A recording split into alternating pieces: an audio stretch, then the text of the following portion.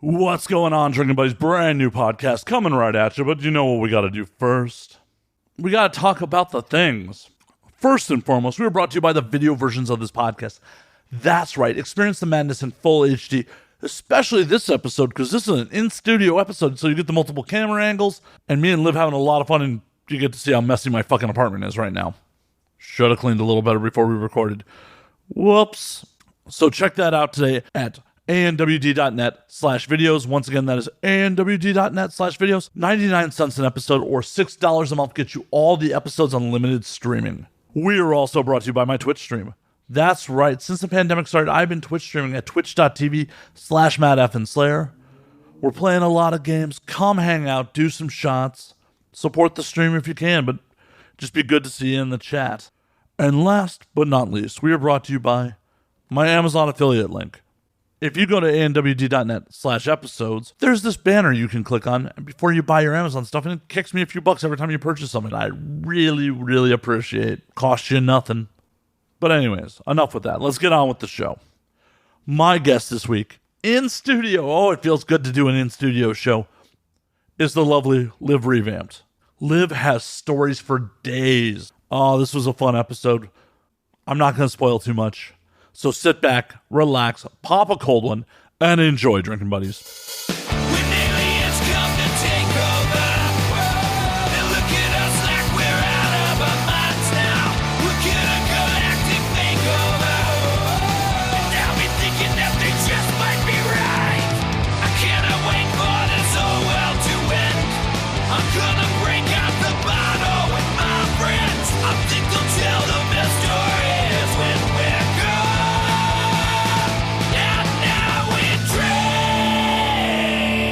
Fucking Revamped in the house. Hello. We're doing a rare in-person show. We all got tested. We're all getting vaccinated. Yep. Some random employee at Fleming's killed me, so be it. It was worth the stake. It was so worth it. Oh, love Fleming's. So I don't know truly why, but Liv decided that she wanted to take me to a dinner at Fleming's tonight. Oh, you know why? I'm completely selfish. I just wanted to go for myself. You just happen to be the lucky fella to come with me. Well, I don't know why I got to be the lucky fella, so Butt stuff. I think that actually maybe really Liv's agenda. Yeah, I might slit out his butthole after this. Like, I purposely did not get myself date ready just in case. I'm like, I'm going to be like one of those chaste girls. Like, I am not going out tonight. It will not be date ready down there. Like, And I'm like that fucking sleazebag dude that's like, I don't even care. Give it to me. Right? I'll take it. If I'm walking funny on stream tomorrow, you know why. I told you I'll be gentle. I don't believe her, folks. I don't believe her. Well, I'll definitely make you like it. That I might believe. Who knows? And it's okay, because Playboy told me in the 90s that men should not be afraid of being penetrated. They shouldn't. You're the one with a prostate. I don't know. I'm not a doctor. Well, I do know anatomy. Well, bully for you. Like, I don't know. Yeah, I can totally check out your prostate sometime. Jesus. Whew. Feeling a little warm in here. Jeez, Liv. Whew. Sorry. I'll cool it down. No need to apologize. We'll start talking about Tane. How about that? I seen that Hitachi in your bathroom. Yeah. It's a conversation starter for sure. Oh, yeah. Everyone's like, why is there a Hitachi in the bathroom? Like, why wouldn't there be? Right? It's a perfect place. Get in the shower, use it real quick, wash off. Yeah. Guests come by, like it's readily accessible. Mm-hmm. They know it's there. Oh, yeah. Easily to clean it off before it gets used. Rock and roll. Got it. You know, when the last person was used on was like in that hallway, like right outside the bathroom. Oh, yeah. Like we didn't even make it to like anywhere comfortable. We're like, it was just on. Oh, that's awesome. That's the best kind of sex. Well, she decided that like she didn't actually want to fuck, so it's just like vibrating on her, me eating her out, which was still perfectly fun. Did you at least get your nut? Nah. No? Nah. Well, some guys are weird like that. Oh, well, no. Not weird. I take that back. Poor choice of words. But a lot of men are totally content with just satisfying the woman. Yeah, no, I would have much preferred to get my nut, but it's also like, I'm not about to be like, you sure you don't want to fuck? Come on. Like, But what about my blue balls? yeah, like, I'll just go rub one out later. Like, if that's not what you want to do, it's been a long pandemic, and I was just happy to be in the game. See, I'm very weird. I feel bad if I like sleep with a guy or fool around with a guy and he does not get his nut. Or just anyone in general. If they don't get their nut, I feel like I don't think I did a good job. I feel like everyone should be a little satisfied. I mean, granted, there, like you said, some people are just happy to make the other person happy because I have that mentality too. But because I have that mentality, I'm like, if you don't get off, like I got off, I feel really selfish right now. I wasn't looking to dive into her mentality on it. Like, it was kind of an unexpected mess around in the first place. It was just like, oh, this is happening? Oh, this is happening. Hot. Cool. Yeah, like, and we're going in, and she's like, no, she's a performer. She's like, I have a scene tomorrow. I just don't want to fuck tonight. I'm like, Fair enough. I'm like, that's cool. Like, I'm just happy to hang out and mess around, and like, That was supposed to be me the other night. I literally... not with me. Like, He has to do the disclaimer just in case any of his hoes are watching. But yeah, like I was with the guy that I'm kind of talking to right now. And I feel like I just kind of used him. I haven't slept with him in like 2 weeks because I've been working so much. It was terrible. But we finally get to fucking hang out and he didn't get his nut. And mind you, I'm like, let's just be gentle. I'm tired. Like, you know, I've always told him, I was like, vanilla sex is so overrated. Or not overrated, underrated. I love vanilla sex. Like, let's just fucking spoon fuck and watch Netflix, you know? But then as soon as we start fucking, mind you, he was fucking me in the ass and I'm just like, fuck me harder. I'm like, what the fuck's wrong with me? I thought I was trying to do the vanilla thing. And then he didn't even get his nut. Even this morning, we woke up and I just climbed on top of him, got my nut. He didn't even get his. so you're sounding like a bit of a hypocrite right now, Liv. I am a hypocrite. Giant hypocrite. Huge. So, audience, what do you think? Do you think she's lying to me about like making me enjoy it? No. No, I would definitely make sure you at least enjoyed it. you won't get your nut, but you'll enjoy it. It happens. Sometimes I'm just happy to be having sex. Aren't we all? And there's definitely been times where, like, you know, sometimes like mid-sex is like, Like you know, my genitals are being touched right now. I'm happy. yeah, generally, like, and it's weird. Like, yeah, younger, I definitely was like, oh no, I got to get off. Oh, for some reason, when we're younger, maybe it's like our hormones going crazy, us being young and want to go crazy. And it's just like, no, I have to have my nut or I'm going to go fucking... No. Now I'm just like, if it happens, it happens. Well, and, you know, blue balls are actually a thing, but it's just like, for whatever reason, if it's not happening, like, I've definitely had like hyper drunk sex where it's just like, I can get it up, but I am not finishing. Yeah, exactly. Like, it was good to be in the game. Or, you know, I've had partners where like, just, she wasn't feeling it anymore. Like, well, she's just like, hey, I'm done. I'm like, all right, cool. And it was, I know in that situation, she got weird about it. Like, that I was just cool with it. I'm like, all right, cool, I'm out. Well, it's like, unfortunately, because like I don't like to generalize, but unfortunately, there are just a lot of guys out there that would make a fuss. And it's like, I mean, we're still touching you. Like, sorry. Oh, I was out the door. Like, yeah, it was at, she was in town shooting and it was at her hotel. And I'm like, she's like, I got to see you in the morning. I'm like, all right, cool, later. Like, are you sure? Don't talk shit about me later. And now we ended up hooking up again a couple of years later. So, like, Yes. but what I was upset about is she ghosted on doing the show the next day. Oh, poor thing. She probably felt...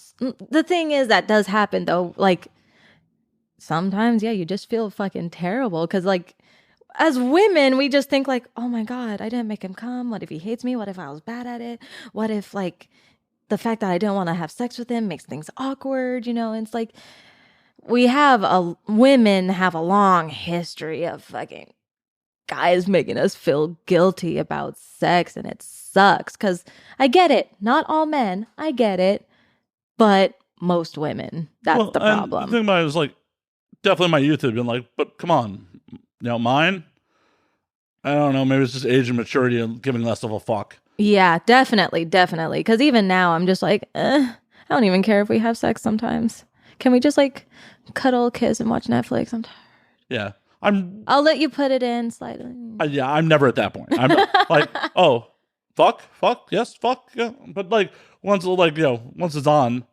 But I'm also rarely in relationships, so it's just like, we doing this? We not doing this? So I'm like, I'm not really butthurt either way, but it's just like, let me know. And that's why I much more appreciate like those women who were just like, nah, I don't want to do that. I'm like, all right, cool. Instead of like, communication. Right. It's truly key in everything. Yeah, because the last thing I want to do is like, oh, hey, we are messing around. And then like the next morning you're like, you got regrets or some shit like that. Like, it happens. It happens, but it's like, there's definitely a few people I wish I could unfuck. Oh, there's definitely some people I wish I could unfuck too. Shit, I mean, holy shit. And the audience has heard about some of those stories where it's just like, there's one. The second guy I ever fucked, I should have unfucked. Why? What happened? Oh my God. Okay, so like my first relationship, I was like engaged. He was my first everything. I thought he was going to be the one, whatever. Because I'd known the guy since I was 13 years old. And we got together when I was 17. So that's already 4 years of history knowing each other. So we got engaged when I turned 18 because we're young and in love and stupid. But like we broke up a year later because like I literally woke up one day and I was like, what the fuck are you doing, Liv? What the fuck are you doing? Like, you don't want to get married right now. This is the only dick you've ever had in your fucking life, girl. Like, and also he still lives with his mom and dad. We lived with his fucking parents. So I was like, no, wake the fuck up. He's a nice guy, but he's not the one. So fast forward, we're broken up. And this guy, I had a crush on this guy since I was 13 years old. Like, he was the same age as my ex. Like, he was 2.5 years older than me. And he was one of those, like, if you've seen any sort of, like, cliche teenage rom-com, there's always that one guy who's, like, perfect and all the girls want him. And, like, for some reason, he only gives you attention. Like, it was one of those situations where, like, we were always flirty. But because I was so virginal, I just didn't think he would ever be interested in me. So I never pursued that. So fast forward, broke up with my fiance. I'm single as fuck. I'm a hoe. I've been slutted out. I'm ready for some new dick. I need some strange in my life. So, but he asked me on like a real date. So I'm like, oh my God, he actually wants to like date me. We're in the movie theater and he's like texting another girl the entire fucking time. Like, I'm so pissed. I like make up some excuse like, oh, I have to go home. I have to like babysit my nephew. Like some shit. I like made up an excuse to get out of there. Well, that's fucked that you have to make an excuse to get out of there instead of being like, fuck you, dude. Well, like I'm 19, I'm young. And this is, again, the second guy I was attempting to have sex with. For sure. At 19, I probably wouldn't have been like, just fuck you. I'm out. Mm-hmm. I was definitely like, I gotta go. I gotta be polite about this. Yeah. But then like later that day, my ex and I, for some reason, got into some argument. I couldn't even tell you what it was about, but we got into an argument that made me decide, you know what, fuck him. I'm gonna go fuck this dude. Fuck it. And it was like, it's already late, but I hit up the dude anyways. I was like, hey, I'm done babysitting. I don't know if you have time, but we should totally hang out, Go back to his place, start making out. We start knocking teeth. So it's already bad. But I was like, okay, I've wanted this since I was 13 years old. I'm gonna work with this. I'm gonna try to work with this. He takes off his pants, and I swear to God, he was like this big. Like, I'm not even exaggerating. I'm not exaggerating. Wait, is that small? Yeah. So for the audio audience, because this is consumed on audio. Oh yeah, it's like the size of a fucking like clipper lighter. That's what I'm holding in my hand right now. A clipper lighter, if anyone's familiar. Yeah, like the ones that come with their own joint fucking packers. You ever know that? Did you know? You didn't know that? Let me see if I can pop it out. I have nails right now. But clippers have like specifically this thing right here, the what do they call that? The flint. The flint. You can pop it out and you use that to pack your joints. Huh. Did not know that. Yeah, fun fact. Fun fact. I don't smoke weed, so. Oh, fair enough. But okay, so anyways, pulls out his dick, fucking clipper lighter for a dick. Right, like not even as thick as a bic. But it's the second dick I've ever had in my life, and my ex was only like 7 inches, so like, which is above average. slightly. The U.S. average is under 6 inches. I know, but I mean, Yeah, porn average is over 7. I know. I'm a fucking loose ass whore. What can I say? But he pulled out this fucking clipper sized fucking penis. And like, again, I'm like, okay, it's not like my ex was huge. I'll try to work with this. Like, the thing is, when I lost my virginity to my ex, it took 10 minutes just to get full on penetration. Cause I was like, okay, go. Stop. Okay, go. Nope, stop. It hurts. Stop. Like, it wasn't terrible, but it just wasn't enjoyable, you know? It does not sound like you were properly lubricated, would be my guess. I was just tiny. I'm a tiny girl with a tiny hole at the time. I mean, it's definitely bigger now, but when I'm 19, only had one dick in my life that was, you know, super skinny and shit. Like, it was a tiny pussy, okay? So I was like, okay, clipper dick, I think I can do this. And just slides right in. And that's where the second issue came in. So obviously I'm not on birth control at the time, so we have to use condoms. Instead of pulling out a regular size condom for his regular size penis, he pulls out a fucking Trojan Magnum. Like, it's like trying to put a trash bag over a fucking bottle. Like, just, I don't know if you can hear that, but For the audio audience, it's a magical visual. A magical visual. It's just dudes out there. Most of us don't need magnums. Like, most of us do not need magnums. Condoms fucking can stretch over your head. yes, a regular size condom can stretch over your head. Like, and this head, not like... Yeah. No, and this clipper dick pulled out a Trojan. Like, it was terrible. Like it just, when you say it slid in, it did more than just slid in. I was scared we were going to lose the condom. And like, again, couldn't kiss me, tiny fucking dick, oversized condom. The only thing he was able to make me come with were his fucking big ass fucking hands. Well, at least he was able to make you come. At least. But like, the fact that like he kept trying to fuck me too. Like, after, I don't even know how long. It feels like it was a lot longer, but I'm pretty sure it was only probably like 5-10 minutes. Just after a minute, I was just like, what time is it? I gotta go. It's kind of late. And I literally left him. It was so bad, I almost went back to my ex. Wow. I genuinely believe that. I was like, if sex like is gonna be like this for the rest of my life, I'm gonna go back to my fucking ex, because at least he knew what he was kind of doing. Well, luckily you found out it's not all like that forever. Oh yeah, college happened. Hell yeah. Oh yeah. But I will say that, like, I never had a one night stand. You know, I'm not slut shaming. I'm not, you know, I wish I had the courage to do one night stands. I'm really glad you're not, because I'm right here and I've had a bunch of them. So Like, I don't know. I've always been the girl who's like super scared of like STDs. So it's kind of funny that I fell into porn. But when you think about it, it's obviously like the safest fucking job you can have when it comes to like, you know, STDs and shit. But like, from a civilian standpoint, it wouldn't have been my first choice. I get that. I totally get that. But it is 100. Like, I was hanging out with a civilian at one point, and she's like, "You fuck these dirty porn stars." I'm like, "Girl, They're cleaner than you." they're 100% cleaner than you. I know for a fact you had unprotected sex with someone else a week before we hooked up. Mm-hmm. I know for a fact. And I know you didn't get a test in between these two. What the fuck shit are you talking? Right?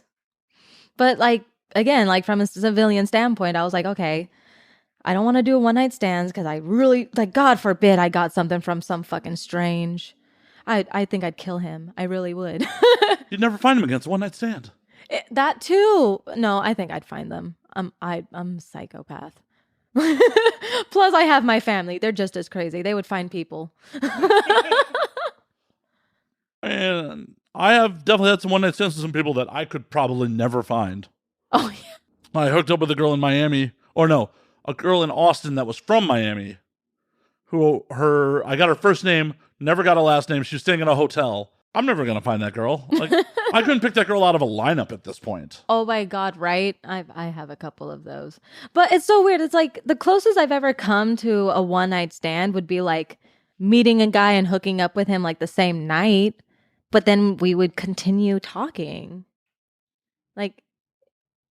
Like it's, I don't know. I don't even know how to explain it. It's not like I expected us to. I kind of expected it to be like, not necessarily a one night stand. I didn't want like complete strange. I don't want someone that I'm like, I don't know. I didn't want to just pick up a random person at a bar. It was just like people that I like meet at a friend's party who was friends of a friend of a friend. Someone that I could actually track the fuck down. Fair enough. I mean, but the stranger at the bar is sometimes a lot of fun. Oh, I'm not denying that. Like, that girl, she was part of a wedding party that like rolled into the bar I was in Austin, and like we ended up singing along Al Green together. And the whole wedding party's like, we're going back to the hotel. You want to come back with us? I'm like, yeah, sure. I was there by myself. Nice. And then, the dream. Her and I went back to her room, and the bride was such a good friend. She rolled in like, oh, I think I left my purse in here. And like, I'm just in a towel. Like, what up? We can't find it. Like, I was drunk and didn't realize at the time that she was just checking on her friend. Oh, okay. See, I didn't even put two and two together. Yeah, her purse wasn't in that fucking room. She was just making sure, like... Well, bless her for checking on her friend. Yeah, her friend was cool. We went back to it. I should have left, like, and not stayed the night. Like, the morning was a little awkward. Yeah. But all in all, it was a good time. No, well, I think the most awkward thing I ever did was cry after sex. I did. I remember I hooked up with this one dude, and I started crying right afterward. I waited till he left the room. But was he coming back? Like, he came back and he had no idea I was just crying. Okay, what the fuck happened, Liv? Oh my God. Okay. Like, he, I met this guy at like Hamburger Mary's in like Long Beach years ago before the old location shut down. I think they opened up a new one, but Hamburger Mary's. So like obviously like I'm there expecting most people to be fucking gay or like lesbian or just like not into me necessarily if they have a dick. But somehow I meet this guy, Persian, really cute, whatever. But I had also just got out of this like situationship with this guy I thought I was like so in love with. So I'm like, okay, I'm just going to have fun. I'm going to hook up with this guy. I'm going to do whatever I want, and just have a night to myself. We hook up, super respectful guy and everything. Like it was all good. But right afterward, I felt so fucking guilty that I start crying. I literally like waited for him to leave a room. I rolled over and I just started... I shouldn't have done this. Why? This was so stupid. Comes back in his room. Hi, how are you? That was so much fun. So how long did you two date? We didn't even date. We like talked for like a month. Did you guys hook up a couple more times in that month? Maybe like one other time. Because I was like, I have to like, the fact that I cried the first time, I'm like, okay, no, do over. Like, you fucking bitch. Oh my God. Like, I think that's the most awkward thing I've ever done. Like, sex-wise, I think. I'm trying to think if I've, like, anything super awkward I've done, like, post-sex. Because that is a good question. Besides crying. I've definitely never cried after sex. I have definitely cried with people I've had sex with shortly thereafter, but not like finished sex crying. It was more like, oh, hey, we're having a super messy breakup pretty much shortly after we fucked.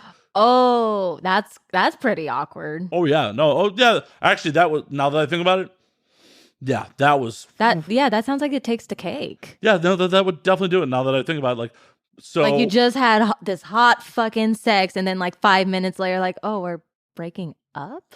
What? Oh, I'll tell the whole story. So when I was 22, I was dating a girl like that originally lived in Connecticut. Okay. And we met through some mutual friends that were partying in Florida, and we hooked up while we were in Florida. Had a condom break, finished inside her, Like, Ooh, scary. yeah, Scary, scary. super scary. Especially like at 22, in my age bracket, like we were really taught like you have unprotected sex, you are having a pregnancy and someone's getting AIDS. Like, oh my God, right? So it's just like freaking the fuck out. And we liked each other, so we're like, let's give it a shot. We'll give it a shot. She ends up moving from Connecticut to Chicago. Okay. Like moves in with me. It super didn't work out. Yeah, it sounds like things moved way too fast. Well, they were moved way too fast, and we were very different people. And especially at 22, like I was ill-equipped to be a good boyfriend. Like I wasn't out like, chasing pussy and cheating and shit. But you just don't think you were mature enough? Yeah, well, I was just not used to having someone else in my space. So I wasn't used to like being accountable or like trying to accommodate that person in my space. Right. Like I'd roll home from work and be like, this is what I want to watch. Like without checking in with my girlfriend, like, are you cool with this? Like, and it's like, no, actually I'm not. Right. And she super wasn't because we weren't on the same page on a lot of things. Yikes. So that was. So then fast forward to you guys fucking. Well, fast forward to St. Patrick's Day, and she's like, if shit doesn't change around here, I'm going to move back to Connecticut. And I'm like, I know you. You already have your mind made up. You might as well just go. Yeah. So she moves back to Connecticut. We just start talking again. And she's like, well, I didn't say we were breaking up. I just said I was moving back to Connecticut. So I flew the fuck out to Connecticut to try to reconcile, see how to make things work. Like I had nothing really keeping me in Chicago at the time. Like, maybe, moving to Connecticut would be the right move for me. Oof, that doesn't even sound right, but okay. Well, it wasn't. I was definitely trick of the brain chemicals going. Because I had lived with this girl for a while. And like, well, how long's a while? Like a year? No, a few months? a few months. Like, okay. That's not a while then. For me, at the time, it definitely was. Fair enough. Like, hell, to this day, I think that is still the longest cohabitation I've had with a partner. Jesus, really? Oh, yeah. Longest I lived with a motherfucker was like fucking 2 years. Well, yeah, but you were also like with a dude for 4 years in your first relationship. Yeah, fair enough. Actually cohabitating with someone for a month, like, or what? You're just like, oh my God, this is my space and someone's in my fucking space. Yeah, like, but it was also just like, oh, but it was nice having her around all the time. And like, she had a pretty good sex drive. So, there was. Well, I mean, at 22, like, what else do you do? Not much. And, this is 2002, 2003. So, like, it's not like there's much high speed internet. Not streaming fucking Netflix. Yeah, no, people hardly even had cell phones. Right. I go out to Connecticut. I'm crashing with her. We hook up like my first night in town. I'm supposed to be there for a fucking week. Oof, I can't stay anywhere for longer than a week. Well, like, I'm supposed to be scoping this out if this is where I want to live, make this relationship work, and if this is where I want to live. I feel like maybe if you did it in 3 days, you might have, but a week definitely sealed the deal. Oh, yeah. Well, first night I was in town, we ended up banging it out, and like shortly after banging it out, there was pretty much a goodbye bang. Like she broke up with me, like, and I still have like fucking 6 days in her fucking house. Oh, that's horrible. Oh my God. That's bad. Oh yeah, it's pretty fucking bad. I had some other friends that like up there, so I crashed on some people's couches for a couple days. Yeah, no, having to be stuck with someone for a week that just broke up. Oof. Well, and the best part is like I'm fucking broke at the time. Like I don't have money to go get a fucking hotel. I'm 22. Especially in those times, you couldn't just go on the internet and be like, okay, let's just book one right now. Right. You have to fucking call. Yeah, you got to call. I don't have a rental car. There's no Uber. Like, she didn't live in a major city in Connecticut. She was like in the So suburbs. you'd have to pay like $100 cab. Yeah, it was. Oh, painful. Yeah, it was pretty rough. Like, I just kind of grinned and bared it for most of it. Like, we bounced down to New York for a couple days. Like, saw friends in New York, and I'm like, this is hell. Good to see you guys. I've honestly never been dumped. I've been rejected, but that's not the same. Yeah, but I'm not saying that I didn't deserve it. It sucked at the time. It really sucked, especially because fast forward, like this was April, I went out to Connecticut. Fast forward to fucking May, we had a vacation booked together. Oh no, where to? San Francisco. Oh Jesus. So were you gonna like fly her to Chicago and go? She's gonna fly herself to Chicago. Like, but still, I mean, like she had to go to Chicago and then like you guys were gonna go to fucking San Diego. Or San Francisco. San Francisco, my bad. Yeah. That's exactly what happened. Oh. Seats booked together. She didn't go, did she? Oh, she went. So you guys still went? Oh, yeah, we still went. Oh, it gets even fucking worse because, like, it was like a fucking, gaming convention. Like, Oh, no. So we were in, like, her new boyfriend met us out there. Oh, shut the fuck up. Yeah. And we had booked a room together, obviously. No. Oh, God. And, like, she's like, can he stay here? I'm like, if he pays for a third of the room, I don't give a fuck. That's fair. Just don't be fucking next to me. Oh, no. Did they? I made sure to, like, they weren't bold enough to fuck in front of me. Okay. So I just cock blocked her all fucking weekend. Like, that's what she deserves. like every fucking couple minutes, I just roll through the room. Like, all my friends that were there were like, dude, you can crash with us. Like, no, this is my fucking room. Exactly. That's exactly what I fucking No, this is my fucking room. She wants to fuck. They can go get another room. This is my fucking room. I will bring a bitch back here if need be. But right? That's how you handle it. yes, that would probably be the most awkward post-sex. Oof. Yeah, that's terrible. Yeah, a whole lot of drama. Whole lot of drama there. See, I'm just so zero drama. Like, I had one ex that was just pure drama. And since then, I'm like, I just can't. I can't. The moment I even smell drama, I'm like, you know what? No, peace. Have fun. Find someone else. There's plenty of fish in the sea for me. But there's a whole lot of drama in this industry at times. There really is. There really is. And it sucks because it's like, you have people that are like, I'll never date someone in the industry. Well, I will never date someone outside of the industry. And it's like, it's hard on both ends. It really is. Because it's like, you date within the industry. It's like, yeah, it seems cool. They understand. But, sometimes you get into those really toxic, possessive relationships where they start telling you who you can and cannot work with. Because, like, they have some beef with people or whatever. And then outside of the industry, you just get people who don't understand your job. I don't understand that the sex is just for cosmetic purposes. It's there to look good. It's a performance. I am a porn performer. Like, when people ask me, like, do I consider myself a porn star? No. If I was going to consider myself anything, I am a porn performer. Yes, I may like having sex, but I'm not doing porn because I like sex. I'm doing porn because I enjoy the job and I enjoy being a performer and entertaining you and bringing a product that you'll like. You're like, I can titillate. I can do these things. Like, not everyone can. I can fit things in my butthole. You want to see that? I'm sure there are plenty of people listening that do. Yeah. Hopefully, many of them have already seen it. Yeah. Sometimes I can fit multiple things in there. It just depends on the day. I cannot before you get any thoughts in your head. What? It was only going to be 2 fingers. You have like fucking talons. Okay, first of all, they are not talons. They are like rounded points. Like, you can touch them right now. They are not sharp at all. All. Don't lie. Don't be a baby. Give me your hand. That's not bad, right? I mean, I've fingered my vagina with these. Inside of me, that might be bad. Oh my goodness. You haven't even had them inside you, so how would you know? I'm guesstimating. You're guesstimating? If I can put these in my vagina, I can probably put them in your butthole. Your vagina's self-lubricating. I don't know how I didn't mean to get back to this. I didn't say I was going to go in dry. I'll spit on it. Oh, so you're such a gentleman. I am. Prepare to bite the sheets. It's going to be one of them shows, folks. It's going to be one of them shows.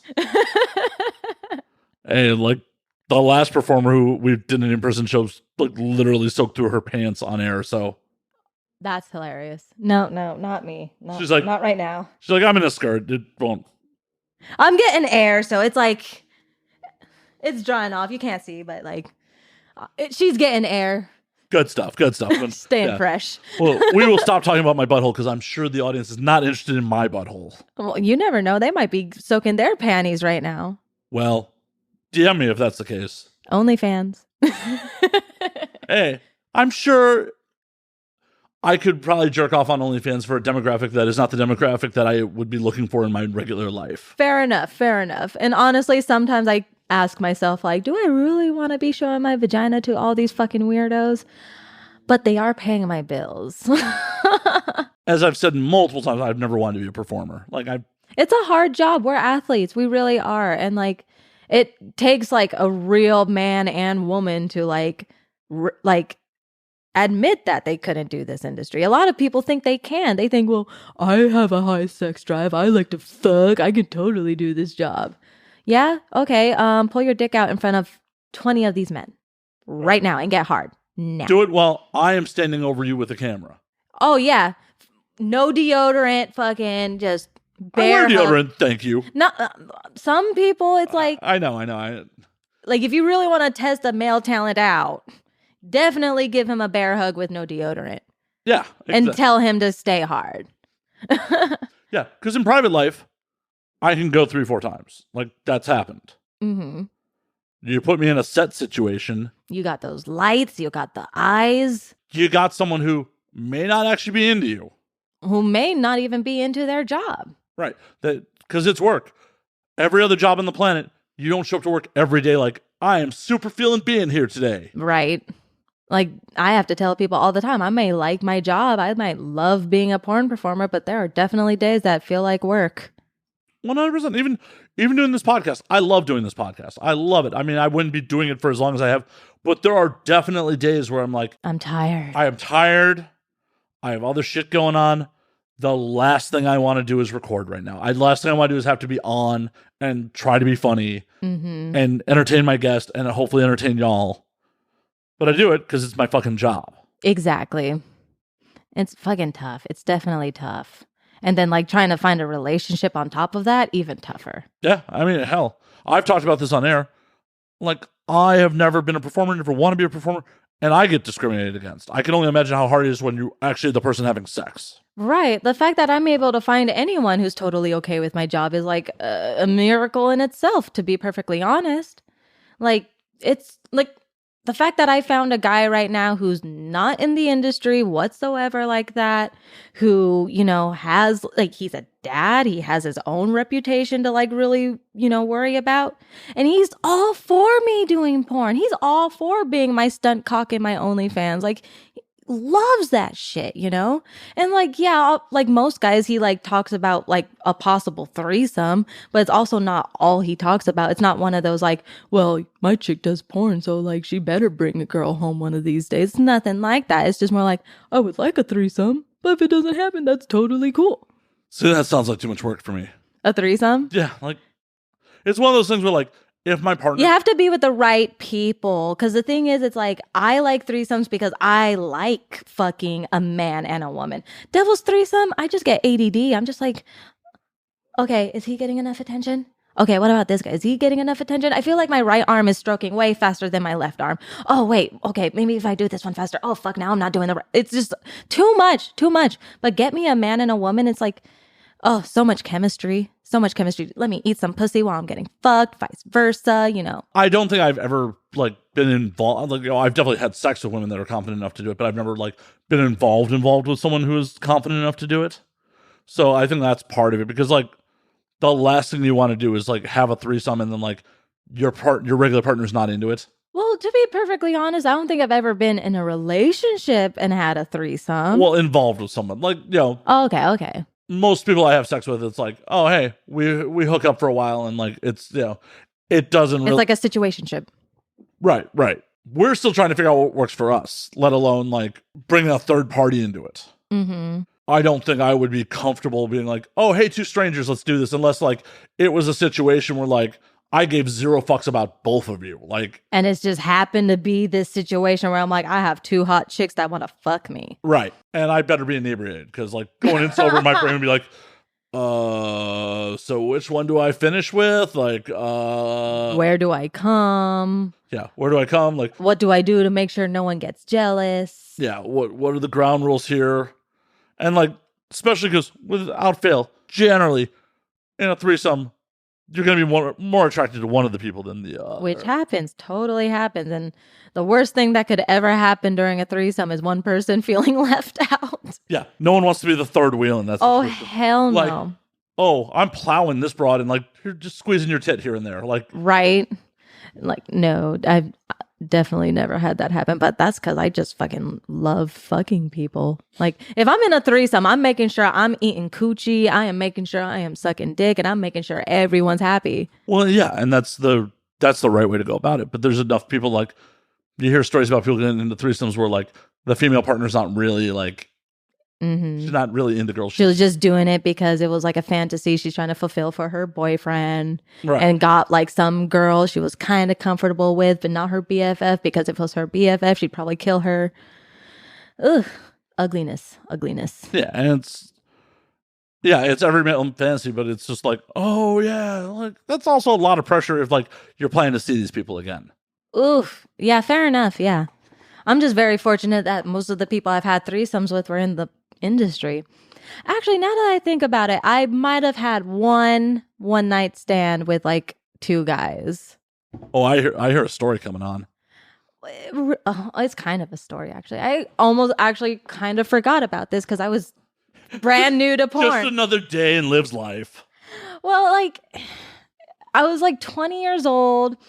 I don't even know who my girlfriends were at the time, but I just remember I went to this random ass party in like Burbank or Glendale somewhere, but like just a bunch of young kids, you know, between like 18 and 21. I'm 20 at the time, so I'm like, oh, I fit in. It's the porno junior prom. It wasn't even porn people. It was like me, like 2 other porn chicks, and a bunch of civilians. And the thing is, it's like, it was one of those parties where it was like a bunch of guys, a couple average looking chicks, and then here come 3 fucking porn chicks out of nowhere. And it's like a pool party.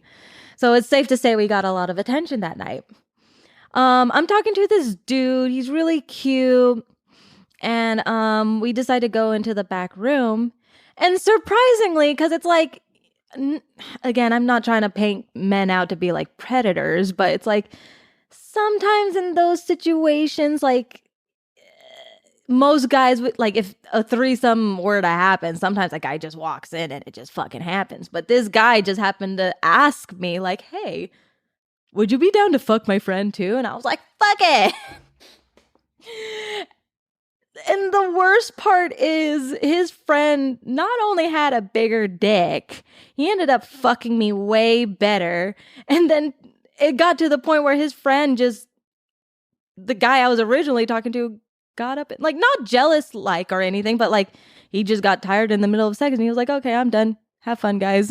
And left me to fuck his friend. What a good wingman. Right? Like the best wingman. It's like, yeah, I had a little fun. Have fun, guys. Like the best wingman. That is like, I wish you got that guy's number because that guy is going to be my best friend. I should have. I fucked up on that one. Like, you are the best wingman, dude. Like, oh yeah, this girl's talking me up. I'm going to get her to fuck you, bro. And then I'm going to just bounce halfway through it so you two finish up. No one was mad. No one was mad. I was happy. I was definitely happy. The best wingman. Holy fuck, that was the best wingman. Like, I've had, homies give me like a layup and be like, hey, have you met Matt? Like, not, so she wants to fuck you too. And I'm going to go. So wherever you are, sir, we need to exchange numbers. Right? You and I need to be friends, sir. Like, you need a wingman a lot of men from here on out. Nothing is worse in life than like weird jealous friends when like shit doesn't go their way. Like, 'cause every guy has like friends that are like, oh, they're a great wingman if they have already like got like another chick to talk to. Right. But become the worst motherfucker if you're the one getting the attention. Right. Like, I've had to cut a couple of those people out of my fucking life. Ew. That's the worst. I'm so glad I never had to deal with that. I'm so glad most of my girlfriends are whores. And then, like, I can't be friends with a chick if she's not a slut. I love me a trashy, slutty, sometimes even difficult. I love me a fucking troublesome chick. Like, the thing is, we can say all the time, like, why do guys always go for the crazy bitches? Bitch, I go for the crazy bitches. Like, I love them. do you want to know why we go for the crazy bitches? Do you know why? Because they're great in bed? Well, not even that. Like, that is jumping a step to getting in the sack. Like, you don't meet a girl and like you're fucking within. Sometimes, it does happen. It does happen. Don't get me wrong. Well, with a normal girl, it's like you kind of get her attention, woo her a little bit, jump through a couple hoops. I mean, there's definitely girls I've hooked up with that were perfectly normal girls, like in very short amount of time. But crazy girls are confident. Mm-hmm. Like, nothing bothers me more than like some girl that like I'm into, and then like we start getting, and she's like, one of my tits isn't quite the same size as the other one. Can like, we fuck with the lights off? right, or some shit like. No crazy girls like that. Every crazy girl's like, yeah, Yes, they're fun. They're fucking fun. And then, like, you know, you're kind of mildly afraid for your life, but that's okay. right, because that confidence extends well beyond where it should. Yes. But I mean, I'm assuming it goes the same way for like dudes. Like, yo, if you hook up with a dude who's like all of a sudden getting self-conscious when you're getting naked, that's got to be a fucking turnoff, right? Ugh, yeah. In fact, I'd just be like, you know what? Maybe we shouldn't do this. Put your clothes back on. Let's just watch a movie. Yeah. Or if a dude approaches you, like if he's not confident, I honestly wouldn't waste my time. I really wouldn't. If that makes me shallow, I apologize. But it's like, if you don't have confidence, it's like, how would this ever work? yeah, how are you gonna deal, especially with what you do for a living? If you're not confident in yourself, you're definitely not going to be in a secure relationship with me. Right. So the 100% confidence is key.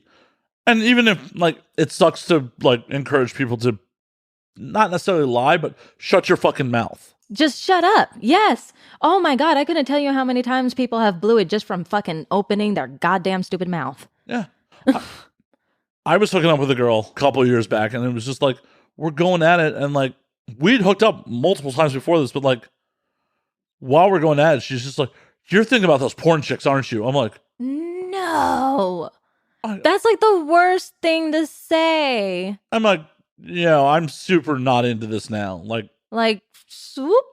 I mean, Fucking dick went. I finished, but it was still like, afterwards, I was just like, yeah, I'm not feeling this. That is a huge deal. Oh God, that would, yeah, no, it would be another one of those. We got to stop right now. Stop in. Nope, I got to go. It was here, so I couldn't be like, I gotta go. But You could have just been like, oh shit. One of my friends had an emergency. I got to go see them real quick. Sorry. Let's wrap this up. Let's get you home. right. Like, I'm a terrible liar, but I'm good at making up excuses, and I know that's basically the same shit. Oh, and now is magically understanding why it's taken a couple months to get Liv back on the show. Okay, fuck off. That's not true. My fucking holes are so used right now. I'm fucking exhausted. My back, I'm pretty sure I have like major scoliosis now. Hey, you being on your back paid for Fleming's, I don't care. Fair enough. I mean, I don't want my friend to be in pain. Let me rephrase that. I do care about that. I don't want her to be in pain, but I'm very glad and appreciative she can take me to Fleming's. Right, exactly. Like, I'm glad that you put that pain to good use. Yes, I putting really. steak in my belly. It was for me. It really was for me. I was like, I really want steak right now. I'm going to fucking Fleming's and getting me a steak, and you're coming with. I mean, I'm happy to be +1. It's half of my fucking career in this biz. Like, Matt, we're going to this epic party. Okay. This is my +1 Matt. All right. He's coming with me. Yeah. Fucking jack of all trades, basically. A few trades here and there. I know a couple He's being things. humble. He's being humble. I know a couple things. But, yeah, for those out there, confidence is fucking key. Like, but you got to balance it. You can't just be cocky. Yeah, exactly. Like, you can't be a complete narcissist. At least not at first. Not at first. Once they're hooked in, like, I'm kidding. I'm fucking kidding. Then you can show your real colors. Yeah, that is. Manipulate them first, then be honest after. That is horribly toxic. Do not do that. Do not do that. Toxicas 101. Welcome to Matt's Toxic Podcast. First, promise them the world. And then revoke it. Yes. Then not deliver on shit and live on their couch. Send them to work every day. Get them to buy you an Xbox. Convince them they're cheating on you when they're really not. Act super jealous when they talk to anyone, including their friends. And family. I've had that. You know, we were just doing a bit there, but I know people go through that shit. It's sad. It's really sad because, like, the thing is, like, my ex would be that way. Like, definitely. Just, like, if I showed anybody attention, it's just like, why are you talking to them? It's like, the fuck? I can't talk to you all fucking day. You're fucking drunk 95% of the time. Is this a recent ex or? He was my last relationship, but I've been single for like 6 years. I mean, yeah, I'll date here and there, but I haven't been in like an official relationship in like 6 years. And it's a good reason not to be there anymore. Oh yeah, like because of him, I was like, okay, I'm definitely gonna enjoy being single and slutty right now. And honestly, I've been the happiest I've been in probably my whole young adult life. It sucks because he was my best friend before porn. He was my best friend in college. And like when I got into the industry, most of the people that I thought were my friends decided to turn their backs on me because they didn't support me. And he was the only person that like stuck by me. He was just like this wannabe drunk frat boy. And he was like, I don't care if you do porn. So I was like, yay, I still have a friend. Do you think you doing porn made his drinking worse, or No, he was always an alcoholic. Oh, okay. Fair enough. Yeah, like no, my job had nothing to do with his alcoholism. Well, that's good that you recognize that too. Like it'd be horrible if you're like, well, I don't think he did it, but it didn't help. Like, oh yeah, no, he's pure alcoholic through and through. ugh. Like he's had liver disease since he was 21 and we're both 29. How's he still alive? Honestly, I ask that question every fucking day because he looks like shit. Oh, I thought you were asking that question like, seriously, how is he still alive? No, genuinely, I really don't understand how he's still alive. Like that, like he's had liver disease since he was 21 and refuses to get sober. Yeah, that's wild. That's fucking crazy. Like I have no excuses for him. He's just a genuine alcoholic piece of shit. Well, thankfully he's not in your life anymore. Thank God. And ever since breaking up with him, my standards for men have been up here. And thank God the men that I've been with have been like way past that. Like, it's actually surprising the kind of men I've been pulling. I'm like, I don't deserve these men at all. Well, I know you've mentioned a couple of them off air, and we're not going to bring it up because it's not suitable for us to air on. It's not, unfortunately, but maybe later in the future. Maybe like when I'm like 40 years old and these people are like mildly irrelevant, then I can tell these stories. I love the fact that you think I'm going to be alive when you're 40. Oh, shut up. I'm 30 now. Well, I'm going to be 30 in like a few months. Yeah, and I'll be fucking 50. And you think you're going to be dead at 50? I didn't think I was going to be alive at 40. Oh my goodness. I'm going to make sure you're going to live till you're 50 just so I can tell these stories on the air. How about that? Oh my God. Well, we've been doing this show for like fucking 15 years. We're going to have to strap you to like a bunch of machines. I'll be like fucking Darth Vader. Like, so Liv, tell me about these dudes that you saw in the early 2020s. Well, I know it was some A-list shit. I would tell you that after doing mushrooms with one of them, I found out that this one guy likes to do costume changes. Costume changes. So, okay, let me explain. Please. Because apparently this is a normal thing with him. Like I was hanging out with like him and his friends and shit, and his friends were like explaining to me like, oh, he does this every time he gets fucked up. The first outfit is called the front cape. The front cape is when he gets a towel and ties it around his neck like a front cape and walks around butt fucking naked. Like he's just in a sauna or some shit. Right, exactly. But he's in front of friends. We tend to get naked in front of friends in saunas. It happens. But we're not in a sauna. I know. That's why I was just comparing, like, he just thinks he's in a sauna right now. Got it. He is a character. But yeah, the first outfit is the front cape. And this is like his most popular outfit, apparently. Like, that's just a weird power dynamic. Like, hey, friends, if we hang, you're just going to see my dick. And there ain't shit you can do about it because I'm famous. Right, exactly. Like, I've literally fucking seen this guy butthole and tasted it. But anyways. Well, yeah, you're intimate with him. That makes sense. Like, there are very few of my friends I've seen their penises that don't work in the industry. Like, yeah, and this guy straight up butt naked in front of all his friends.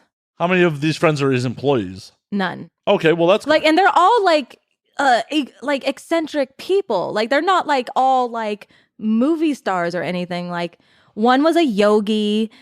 Her boyfriend was like some like wannabe music producer or whatever. Like, and then like another guy was like an architect and like just random jobs. Nothing to do with like the like film industry at all.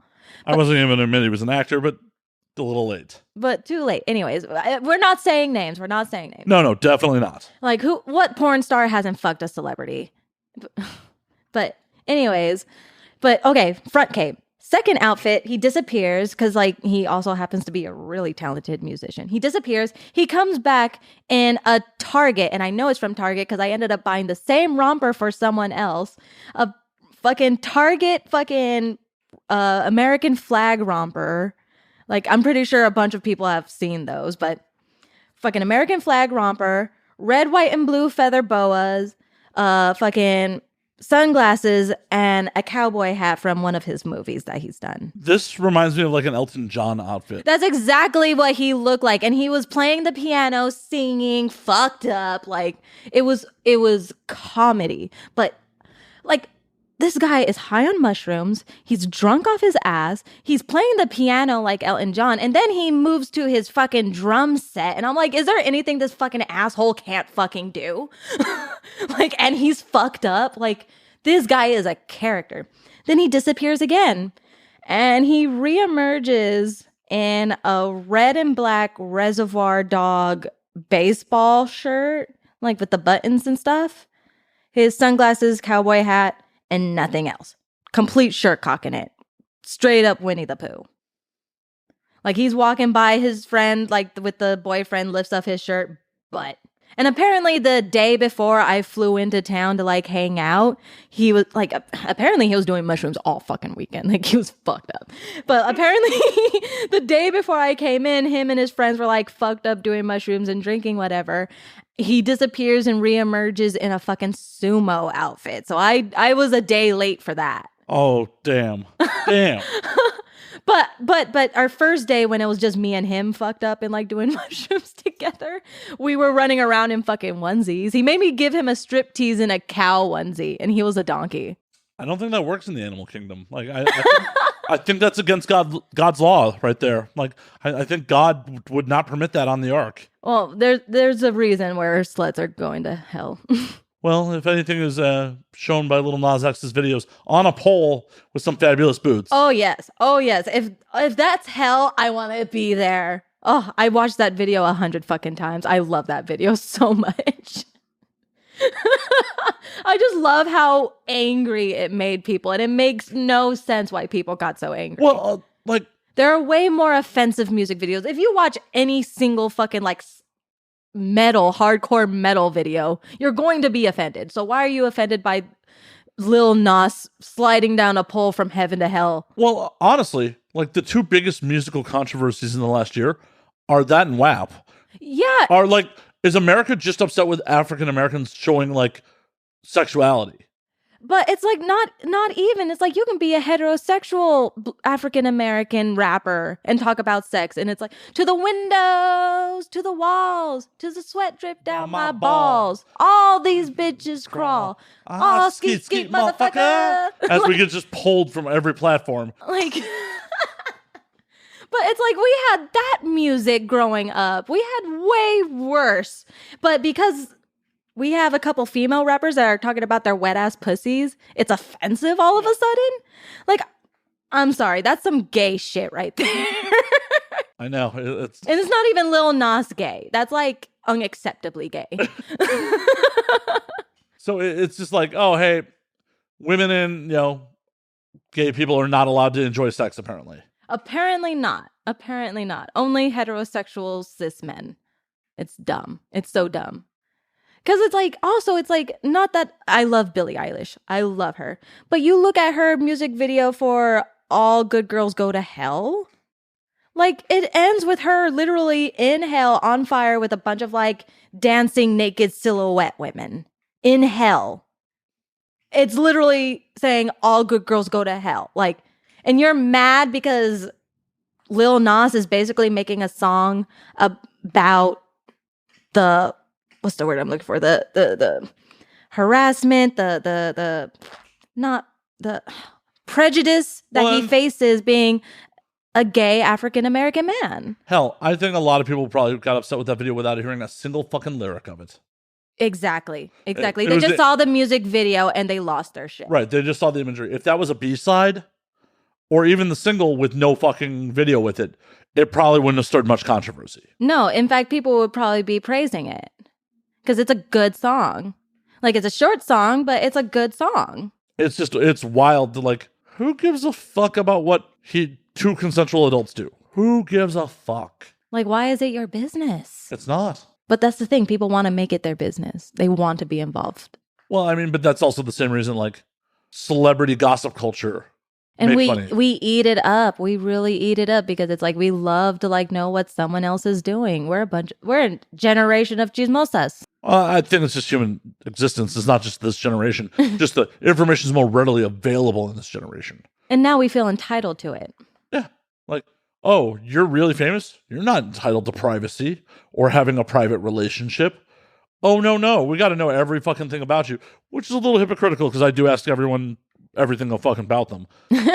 Like, I'm literally having you on air to be like, oh. But I have a choice. I have a choice as to what I release and like what information goes out there. You're not following me around in the bushes with a camera, fucking documenting every fucking moment of my life. Not anymore since you caught me.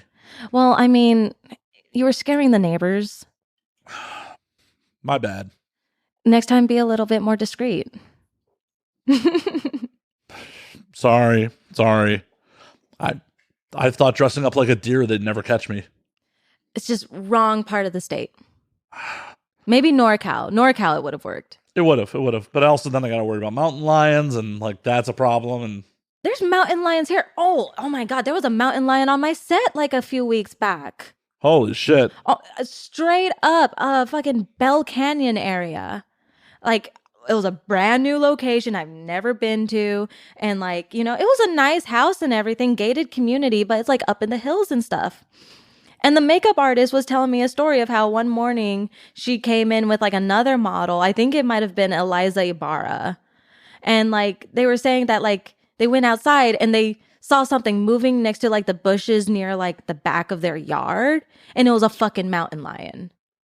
Does this set have like a doctor set in it? No. Okay. I know which one you're talking about, but no, not that one. Okay, because that one's way up in the hills too. Yeah.